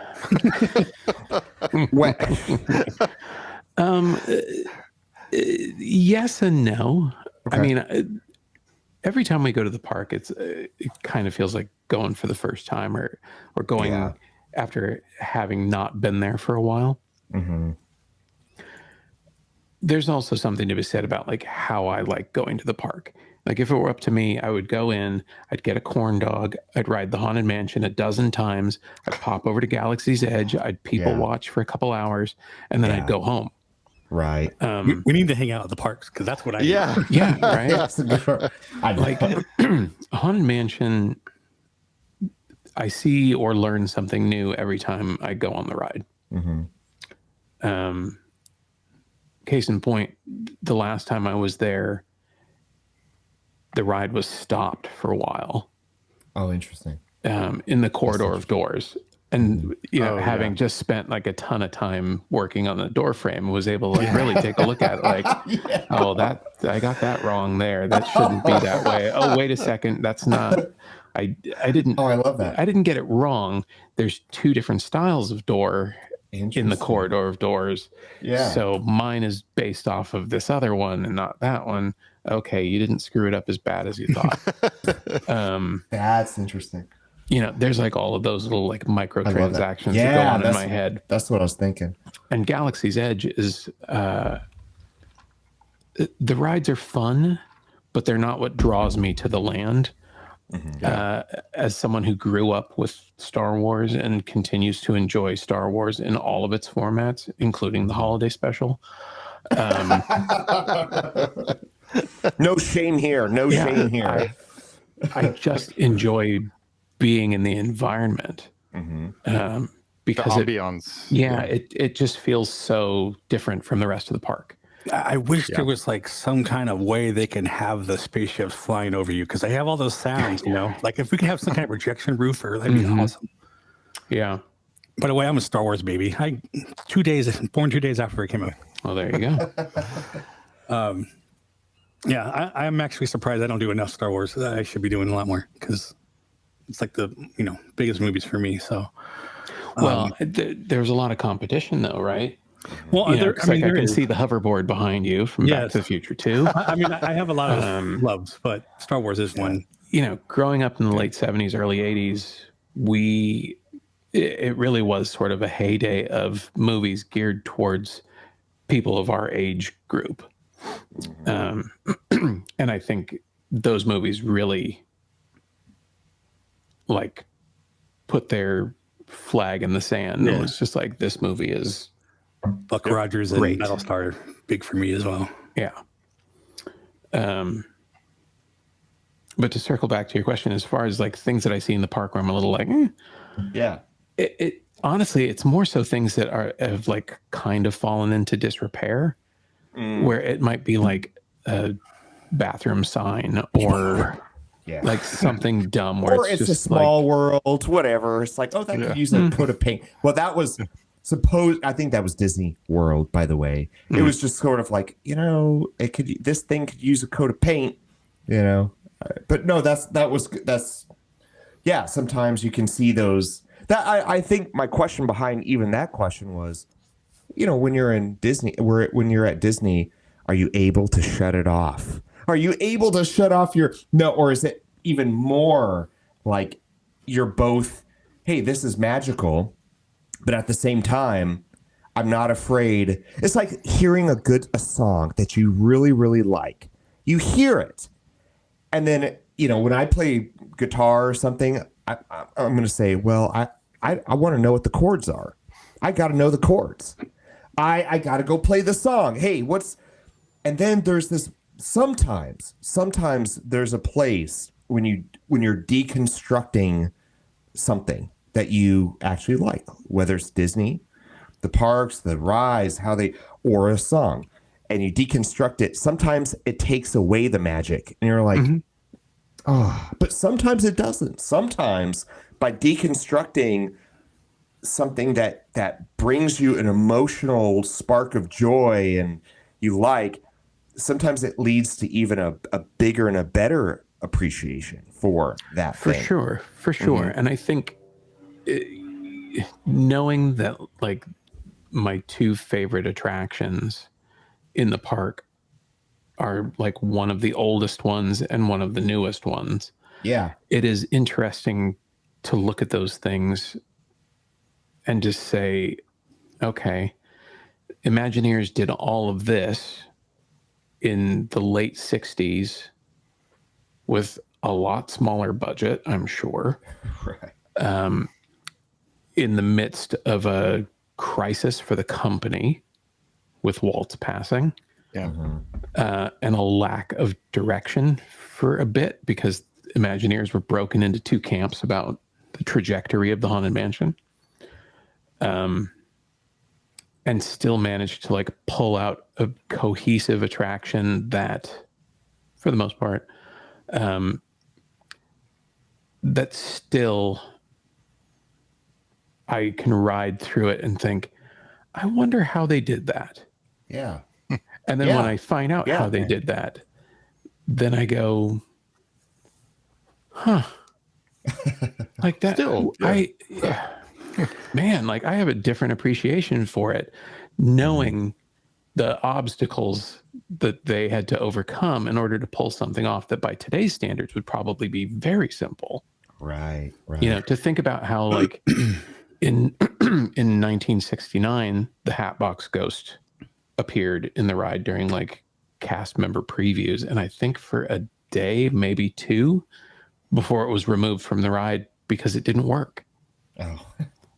And then it took 50 years for them to figure it out. Now, granted, this version is quite the departure from the original, but it also took them 50 years to figure out how to do it effectively. Right. Whereas, so are you? Yeah, sorry. I was going to say, whereas Star Wars Land is like everything is super high tech, and even there's things where I'm like, oh, that's actually a very low tech solution to something that still works, and I'm impressed at the fact that they didn't go heavy handed with it. Yeah. So. Yeah. There's okay. Jason, go ahead. I'm gonna. Oh, I was just getting back to how Box Ghost coming into Florida. Are you up on all that positioning of him? So, complainer's going to complain. Yeah. I think Disneyland's Haunted Mansion and Disney World's Haunted Mansion are very different animals with some similar parts. And I think that that ride does not have as clear cut of a through line for me as Disneyland Park does. So I kind of feel like they could put it wherever they wanted, really. Like personally, like their queue line, I don't care for it. I get it. It's there to entertain people while they wait. Yeah. But it doesn't feel authentic to the attraction for me.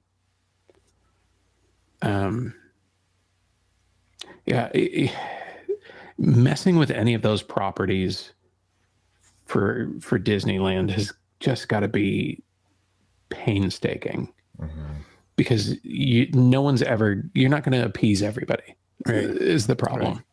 So it kind of doesn't matter where they would put it, because had they put it somewhere else, some other faction of Haunted Mansion fans would be upset about that too. That's just like the new Star Wars things and films. Exactly. They made one look just like the first Star Wars, and then somebody's like, well, why did you do that? And then you're like, you didn't do that on the next. Why is this not like Empire? Can't it's dumb. It was like, oh, we've told you what it is that we want out of this thing, and then no, we didn't really mean that we wanted exactly what you gave us.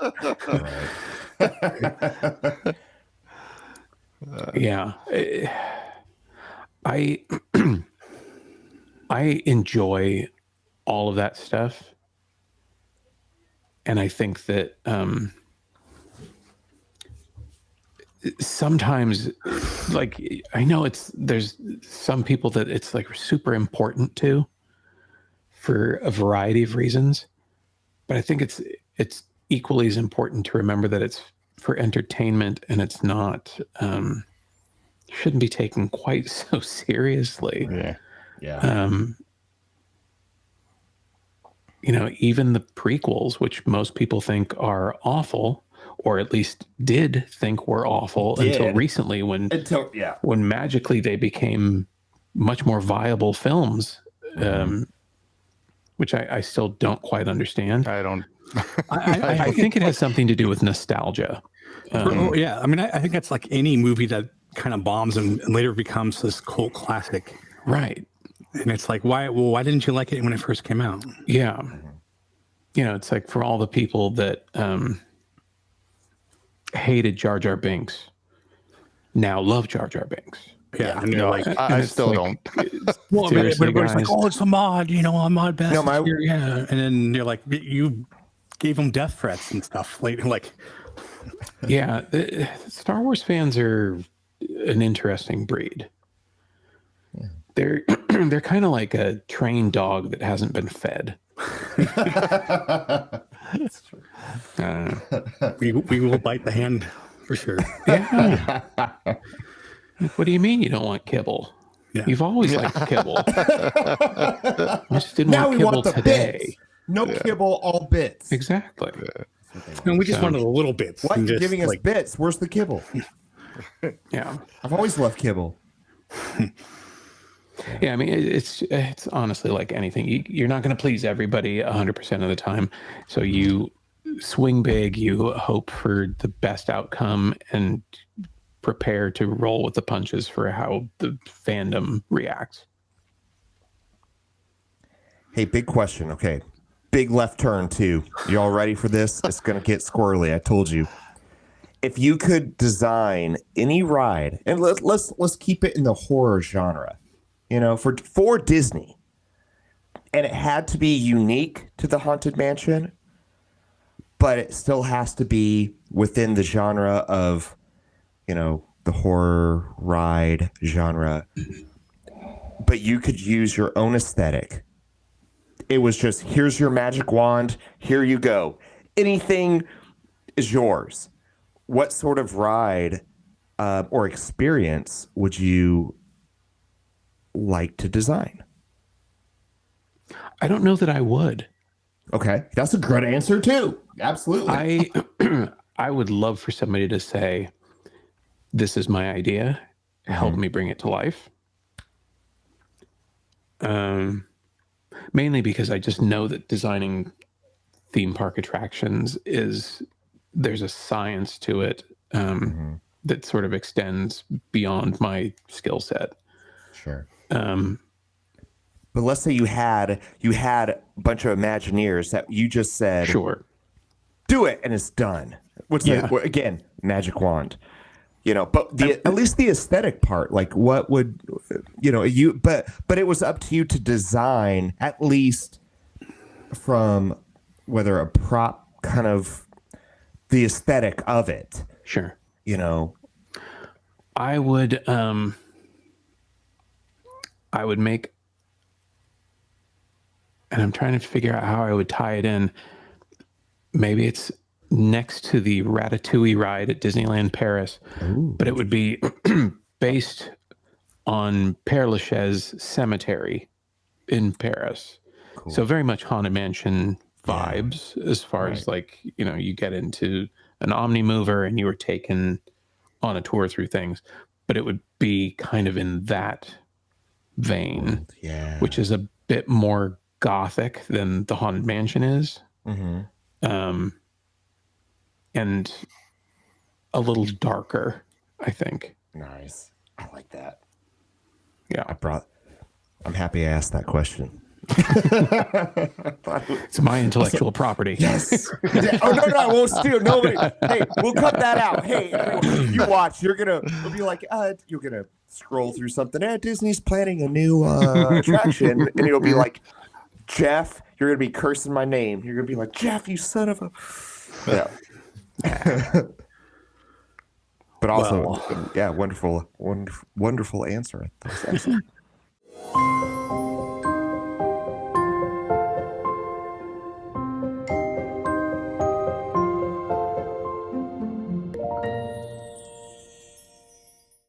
Our first game, which I call a magic hearing, it's kind of like a little spin on a magic hearing, is basically, what sound, music, song, anything from like a Disney ride or movie. In the park, yeah. I don't know necessarily your favorite or but something maybe you have a connection to, or just something you enjoy. I mean, I don't know. I've always been, it's going to come as such a surprise to you guys, a big fan of the ride music for Haunted Mansion. And for years, like pre-internet, was trying to track down different music cues just to like catalog for my own listening enjoyment. But most recently, I found a channel on YouTube that has like 3-hour loop of the music that you hear as you enter Galaxy's Edge. Oh, okay. Oh, cool. And that to me is it's sonically very it's like the change of a season almost, because for Disneyland Park, as you kind of come down Rivers of America and you make that little soft left turn into Galaxy's Edge, all of the noise of the park kind of drops away and you just hear that music cue. as you enter in. You don't hear the Mark Twain or like it's so weird. It's like everything just gets really quiet because that piece of music is very it's a subtle score. But I really like listening to that, and actually I like have it on my phone and will like throw it on if I'm driving somewhere just to like it kind of like you know, playing a song that you've heard a bunch of times before where like you can kind of ignore some of it or dig into it a little bit more, and it's got like a bit of both for me. It's like comfortable music, but also like kind of no other ride in the park or land in the park has that like I'm gently being ushered into a different place. Right. Yeah, I was telling Jason, some of our friends, they recorded a walkthrough, and I was wearing my headphones while working in the garage and stuff, and you hear all the talking and the sounds of Disneyland, and it's you don't hear it really if you don't wearing the headphones. But when you wear the headphones and you concentrate and you can hear all the different sounds, it's actually really neat. Yeah. Yeah, I've kind of been a fan of all of the Disneyland soundtracks for a really long time. I remember in the early days of the internet, there used to be a music streaming platform called Live 365. And there was a channel... Gosh, I'm trying to think of what it was. Oh, it was called E-Ticket Radio. And it was literally music cues from every Disneyland attraction, plus like sounds walking down Main Street, riding the train around the park. It had everything. It had, you know, Walt's opening day speech. It had, you know, please keep your hands, arms, feet, and legs inside the ride at all times, and please watch your children. Exactly, all of it. And it was like a weirdly comforting soundtrack for like those times when you couldn't get to the park. Yeah, yep. Just long before having an annual pass. That's so cool. Greetings, program. This is all his design. He wanted a new piece on the board to change the game. Rectify. The only way to win is not to play.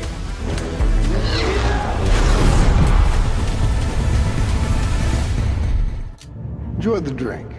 All right. All right, so what's the game? Do we like take a drink or something? I told you I'm getting...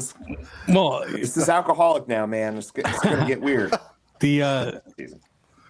The next game, well, I mean, really, the drinking is for the whole video, which I'll explain it in the. Oh, it's not for us, so we don't get to drink with our. It's for people to drink along with us. It's for our viewers.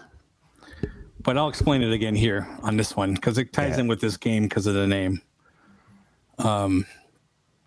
Which we'll have the wheels here. So basically, we call it BrewSky Rectify, which is a take on Blue Sky. So armchair Imagineering. We will basically take a ride, whatever ride you get from either Disneyland or DCA, and you have to try to make it better somehow. A ride or a restaurant, actually, food-wise, or something to make it change. We usually just say, if you are watching this at home and we happen to take a drink, you can drink along with us and then have a good time. Okay. Okay.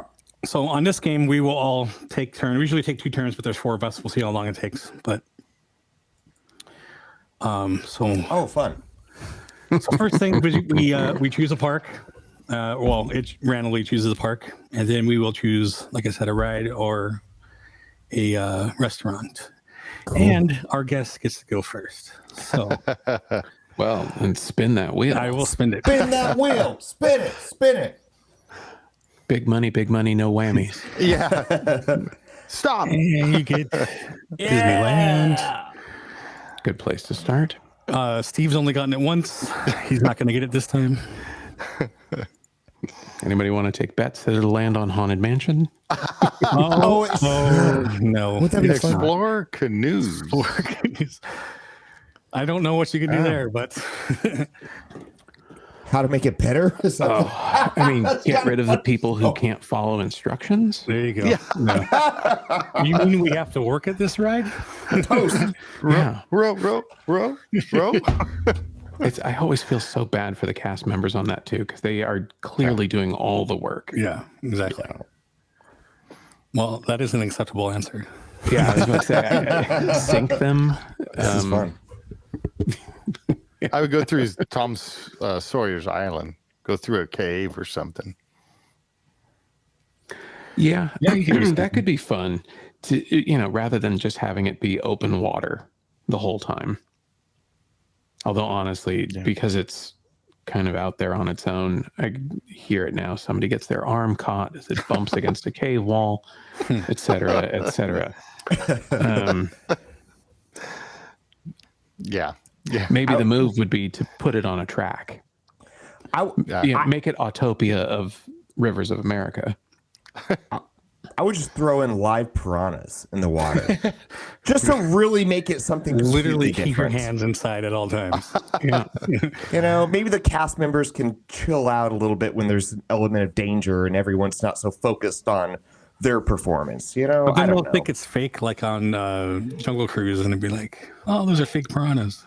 Oh, for sure, that would happen. Okay. Yeah, that's true. All right, Jeff, you can go next. Let's go. Oh, okay. Again. Cool. I like it. Let's go. It's going to land on something I don't care about. Yeah. Oh, it's a small world. Oh, yes. How would I make it better? I wouldn't. I love it. My grandparents back in the 70s, I think, or 80s, broke down on It's a Small World. And thankfully, they didn't drown themselves in the water. But it is 2 feet. So, I mean, they may have tried. I don't know. But how to make it better? I actually really love that ride, and I love it for a very specific reason. This is hard for me to.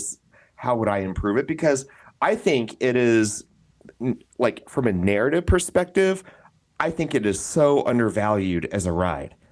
Because you kind of start off, everyone's separate, everyone's doing their own thing, and there's appreciation for different cultures and worlds. I love that, but there's a crescendo that happens, like, from at the very end, when the minute you kind of take this twisty turn, and then it's like, boom, everyone's dressed in white and gold, and everyone still has their distinctiveness in their cultures, but they're all together.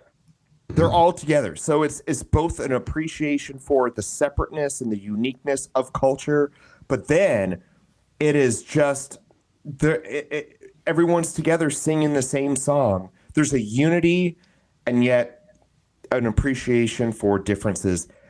I don't know if that's what was designed, or I'm sure it was. I'm sure that was very, like, specific, and that I think that is something that we don't have in today's culture. It's either divisiveness and differences, or it's homogeny and just we're all. But there's still a both and thing about that ride, which I find just fascinating and beautiful. Yeah, maybe they can throw a coat of paint on it. So I mean, if I can weigh in on this one, I would say too. Yeah. I feel like they've introduced a lot of new Pixar characters, and stylistically they don't fit, and so I would pull those. I'm with you. Yeah, Outside of Aladdin. that, give me all the Mary Blair goodness that you got. I'm with you. Okay, thank you. Hide the ceiling. Yeah, that was my thing. Oh, yeah. no, that's Splash Mountain. Oh, on Disney World, not Land, but World. I looked up, I'm like, those are tiles that I see at Walmart. Yeah. You know? Oh, if you want to think, like, oh, it was, that hurt. All right. I digress. Yeah, I already know. I'm going to get California Adventure again. So I was hoping not. You did not. Yes! Yay! No one has gotten it. I mean, I'm going to get it. Yeah. Let's see. You get Snow White. Wow. Yeah. Well, they already changed everything. I already changed it, but that doesn't mean you can't change it more. I don't know. I haven't been on since the changes. I really don't know what. That is not make it acceptable. better. What? What? I didn't hear what you said. I said that's not acceptable. Do you want another spin? No, it's okay. Maybe have a section where it goes a little faster, like if you're in the mine and you're trying to, I don't know. So make it like the Florida mine train. Yeah, I would like that. That would be cool ride to have at Disneyland for sure. I'll tell you what, I have been campaigning for them to do that to the Matterhorn for like the last 5 years. Really? Oh, how much better would the Matterhorn be if it was like the mine train? I mean, honestly, one of these days is going to come time where they have to take apart that, and it's never going to be able to be built the same way. So I think that would be an acceptable replacement for sure. Yeah. This is fun. All right. It's my turn. DCA. Here we go, Corn Dog Castle. Yeah, again. No, Pal Round. Oh. I don't even know what that is. I was about to say the same. That's the death wheel. Yeah, Ferris wheel. Oh, okay. What could we do differently? I don't know. Put some better lighting, like on the actual vehicles, because it's like nothing really there. I mean, nothing like at night. Yeah, but like inside of it, like something that you could play with, like I don't know, interactive maybe. You can play with. Like something to do while you're sitting there just looking around, but maybe you can have an interactive part. Different lights, different sounds. Dude, here's what's bothering me. Where's Goofy Sky School? Oh, it's right here. Never mind. It's there. Ooh, what if I got that? What if I got that? I'll tell you right now. You know what I would say? Make it longer. Make it a 2-hour ride. Turn it back to Mulholland Madness. Yeah. Those are fighting words with this goofy guy over here. I'll tell you what. The first and only time that I rode that ride, I thought I was going to die. I love it looks like you're going off the edge. No, but my reason was because I'm sitting there in line and I'm like, oh gosh, okay. And then the people that were working there were like, they kept looking around, and it was one of the best compliments I've ever had because I'm Goofy Sky School. I'm yearning for some learning, and they're like, and one of them said, "Oh, it's you." They said, "I thought we had a new recording." And I think I almost broke down in tears. I was like, did you mean that? You know, it was play now. And I was like, you know, it was awesome. So that was my experience of Goofy Sky School. Well, awesome. All right, sorry. Everyone. All right. I've only heard that story a couple times now, so it's okay. I know. I know. If you want to hear it a third time or a fourth, then you can wait until you get that ride chosen for you. It's all right. Okay. Derek, your turn again. Disneyland again. Haunted Mansion. Dum, dum, dum. Oh, we just passed. Oh, well. I mean, we just been there. Come so. on. Yeah. Do it again. Do it again. Well, there you go. Okay. Rise of the Resistance.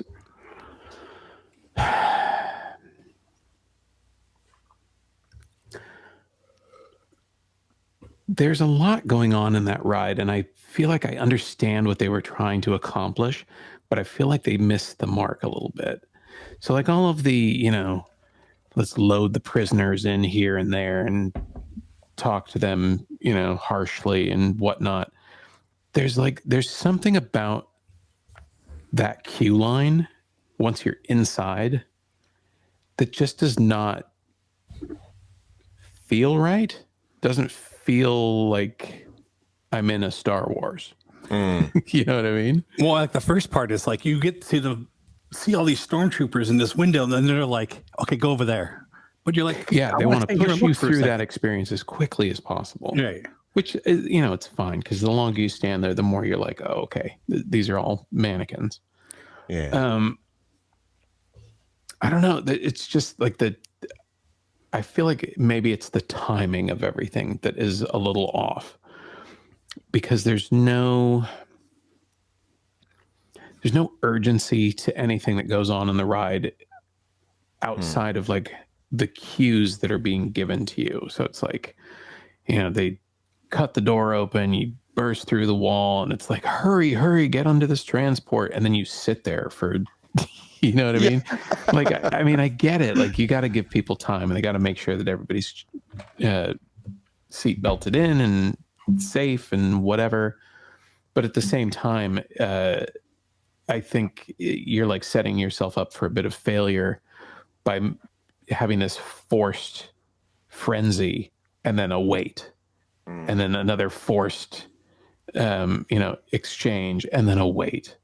So it always feels like you're kind of like false starting with everything. So I would get the timing to feel a little bit better. And then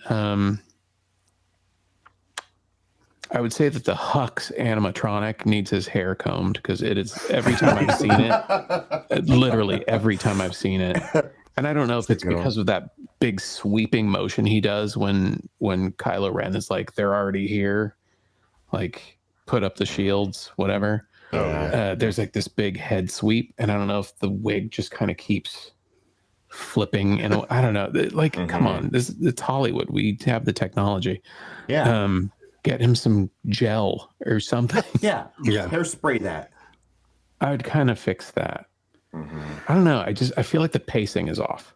It's funny how you're saying, and it's true, like the hurry up and wait part, but then when it connects onto the drop down, like it goes clicks, and then you're like, you're already dropping. Like, that seems like it needs to be longer. Like, can we make sure this thing is attached properly? Like, you can hear it clicking there. Yeah, I mean, that's the only thing that we've got is, well, yeah, that, and it's not really dropping all that far. No, it's not. But yeah, that is the beauty of all of those rides. That drop is like inches. And they think Kylo Ren, he's also when he's blast. It's interesting how good I can't think of his name right now. The animatronic in Smuggler's Run. Smugglers, yeah. Oh yeah. How good Hondo. that one is. Hondo, yeah. Yeah. How good Hondo Tanaka is, and yet, and like you really see more of the physicality of that character, because he doesn't have like the big robe and all this stuff like hiding everything.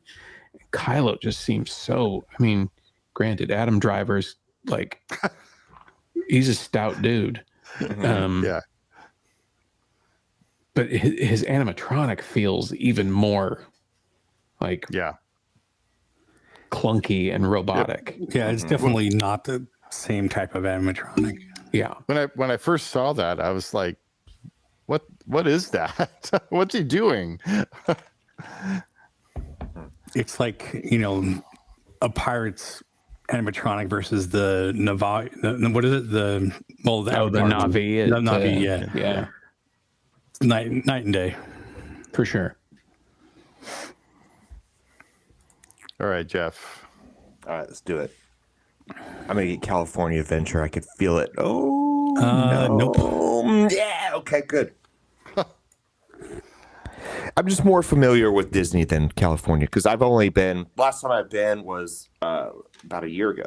And oh wait, where? Great Moments with Mr. Lincoln. Oh, that's the.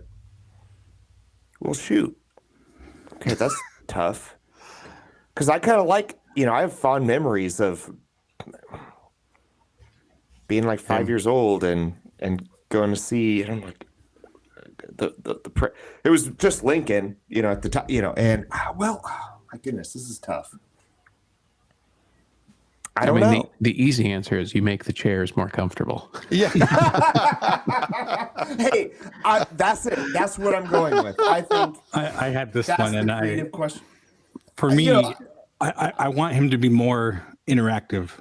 For sure, and all that stuff. But that's maybe let's make the I know a lot of people will go there when it's hot, and it's like let's go take a break and let's go. Whether it's the Hall of Presidents or Lincoln. I'm like, okay, let's make the air conditioning ice cold. That would be for me. I don't know. But like, how cool would it be if it was almost like Turtle Time with Crush, and you can go in, he'll talk to you, and you can ask her questions about whatever and history. I don't know. Seems kind of cool. That would be just a more interactive animatronic altogether too. Just. Mm-hmm. Make him walk around. Osmo was. So let's talk about AI. Like that might be something in the future in which it is more interactive.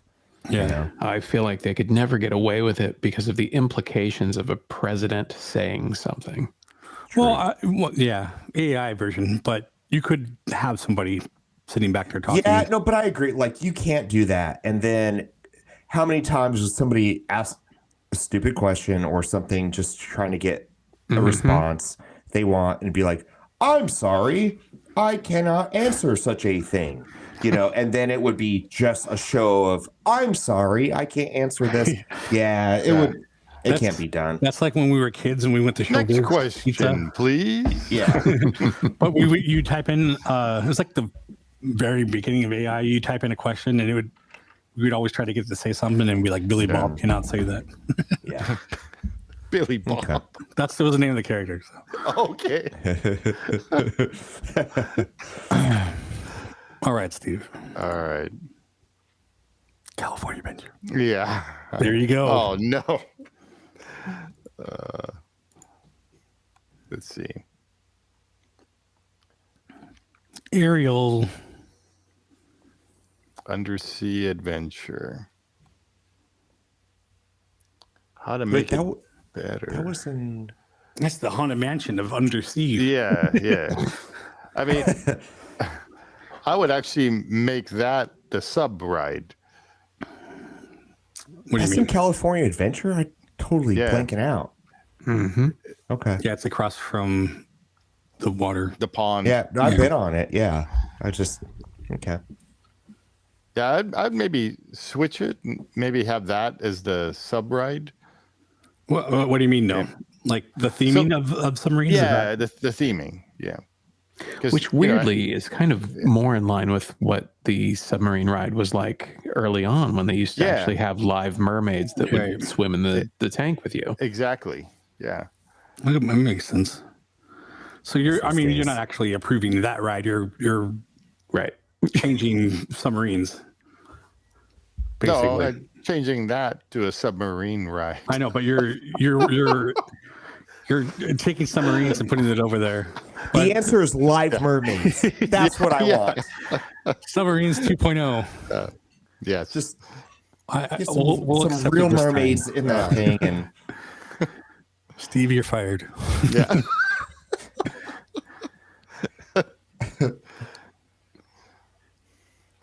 See now. Okay, let's see. You get the same. Yeah, let's see if we can wrap this up with a nice bow here. Let's do it. I think so. Let's do it. This is it. I feel it. No, it's not. I've gotten this before. You can always, you can always respin. Yeah, he got that before. I mean, okay, so my answer is better food because there's not much there.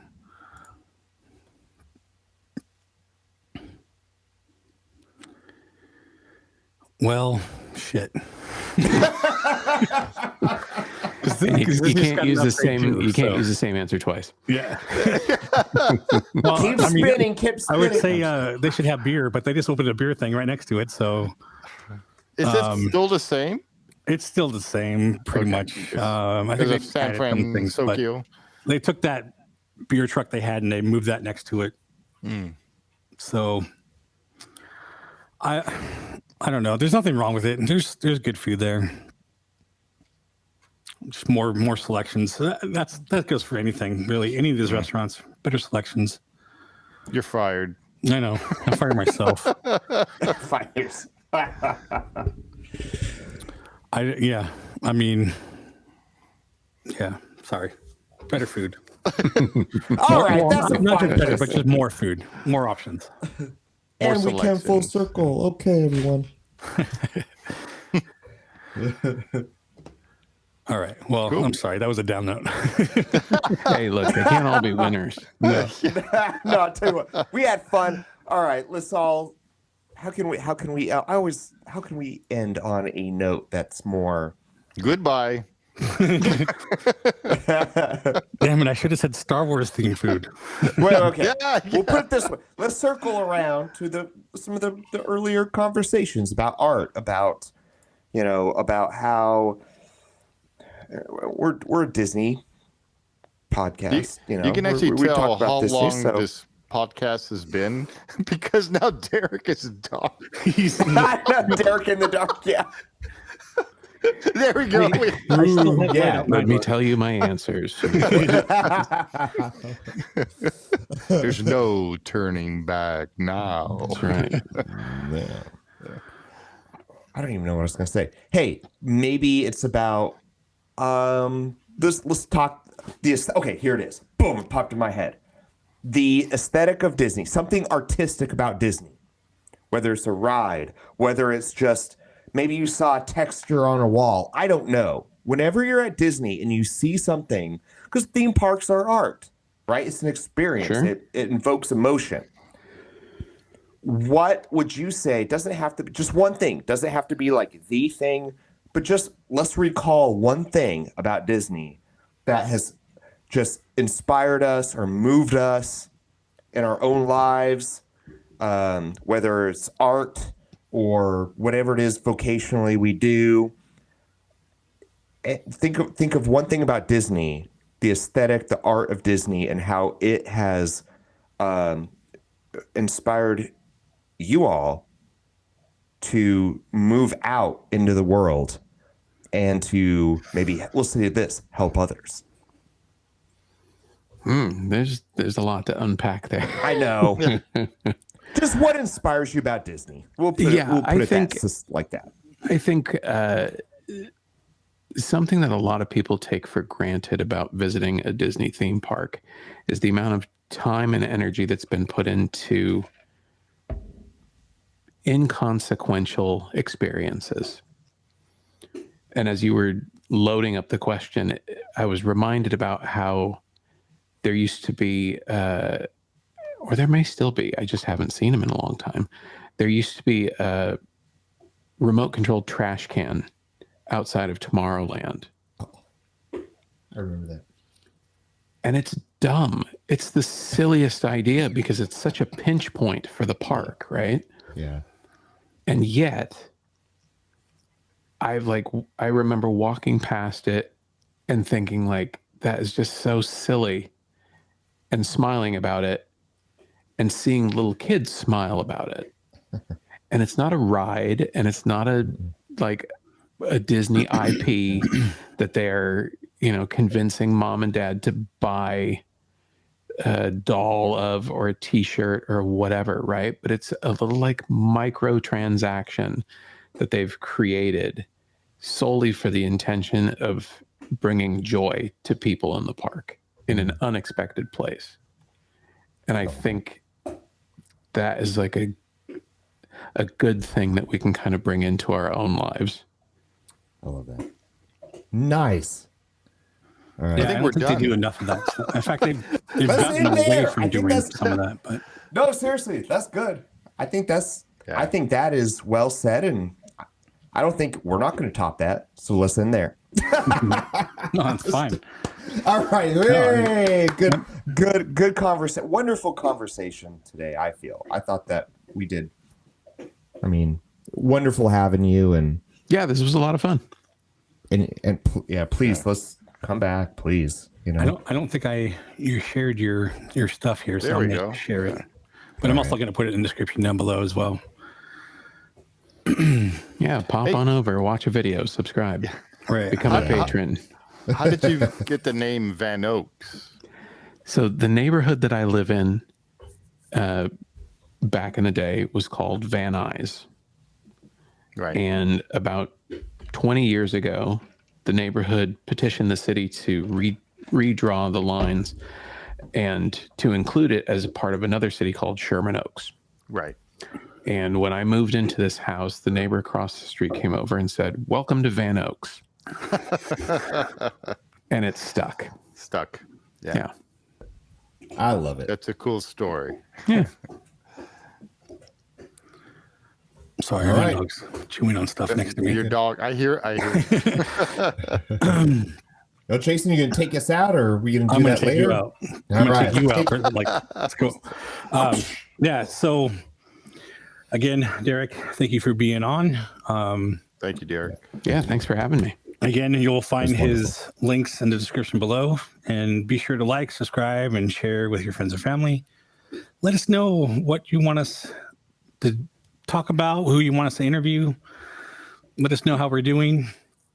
You can actually leave us a voicemail, and we can play it on the next show if you have something constructive you wanted to say, or if you have a note for somebody, whatever. Don't say that. It's going to be all for me. It's going to be like, shut Jeff up. But you can find that going to our links. Again, we'll put them down in the description below too. And, basically go to discovermagic.com and take you to our link tree, and you can find all links there. And again, we have this on video and audio anywhere you find your favorite podcast, or on my channel, which you're probably watching this on right now. So that being said, we will see you guys next time. All right. End of line.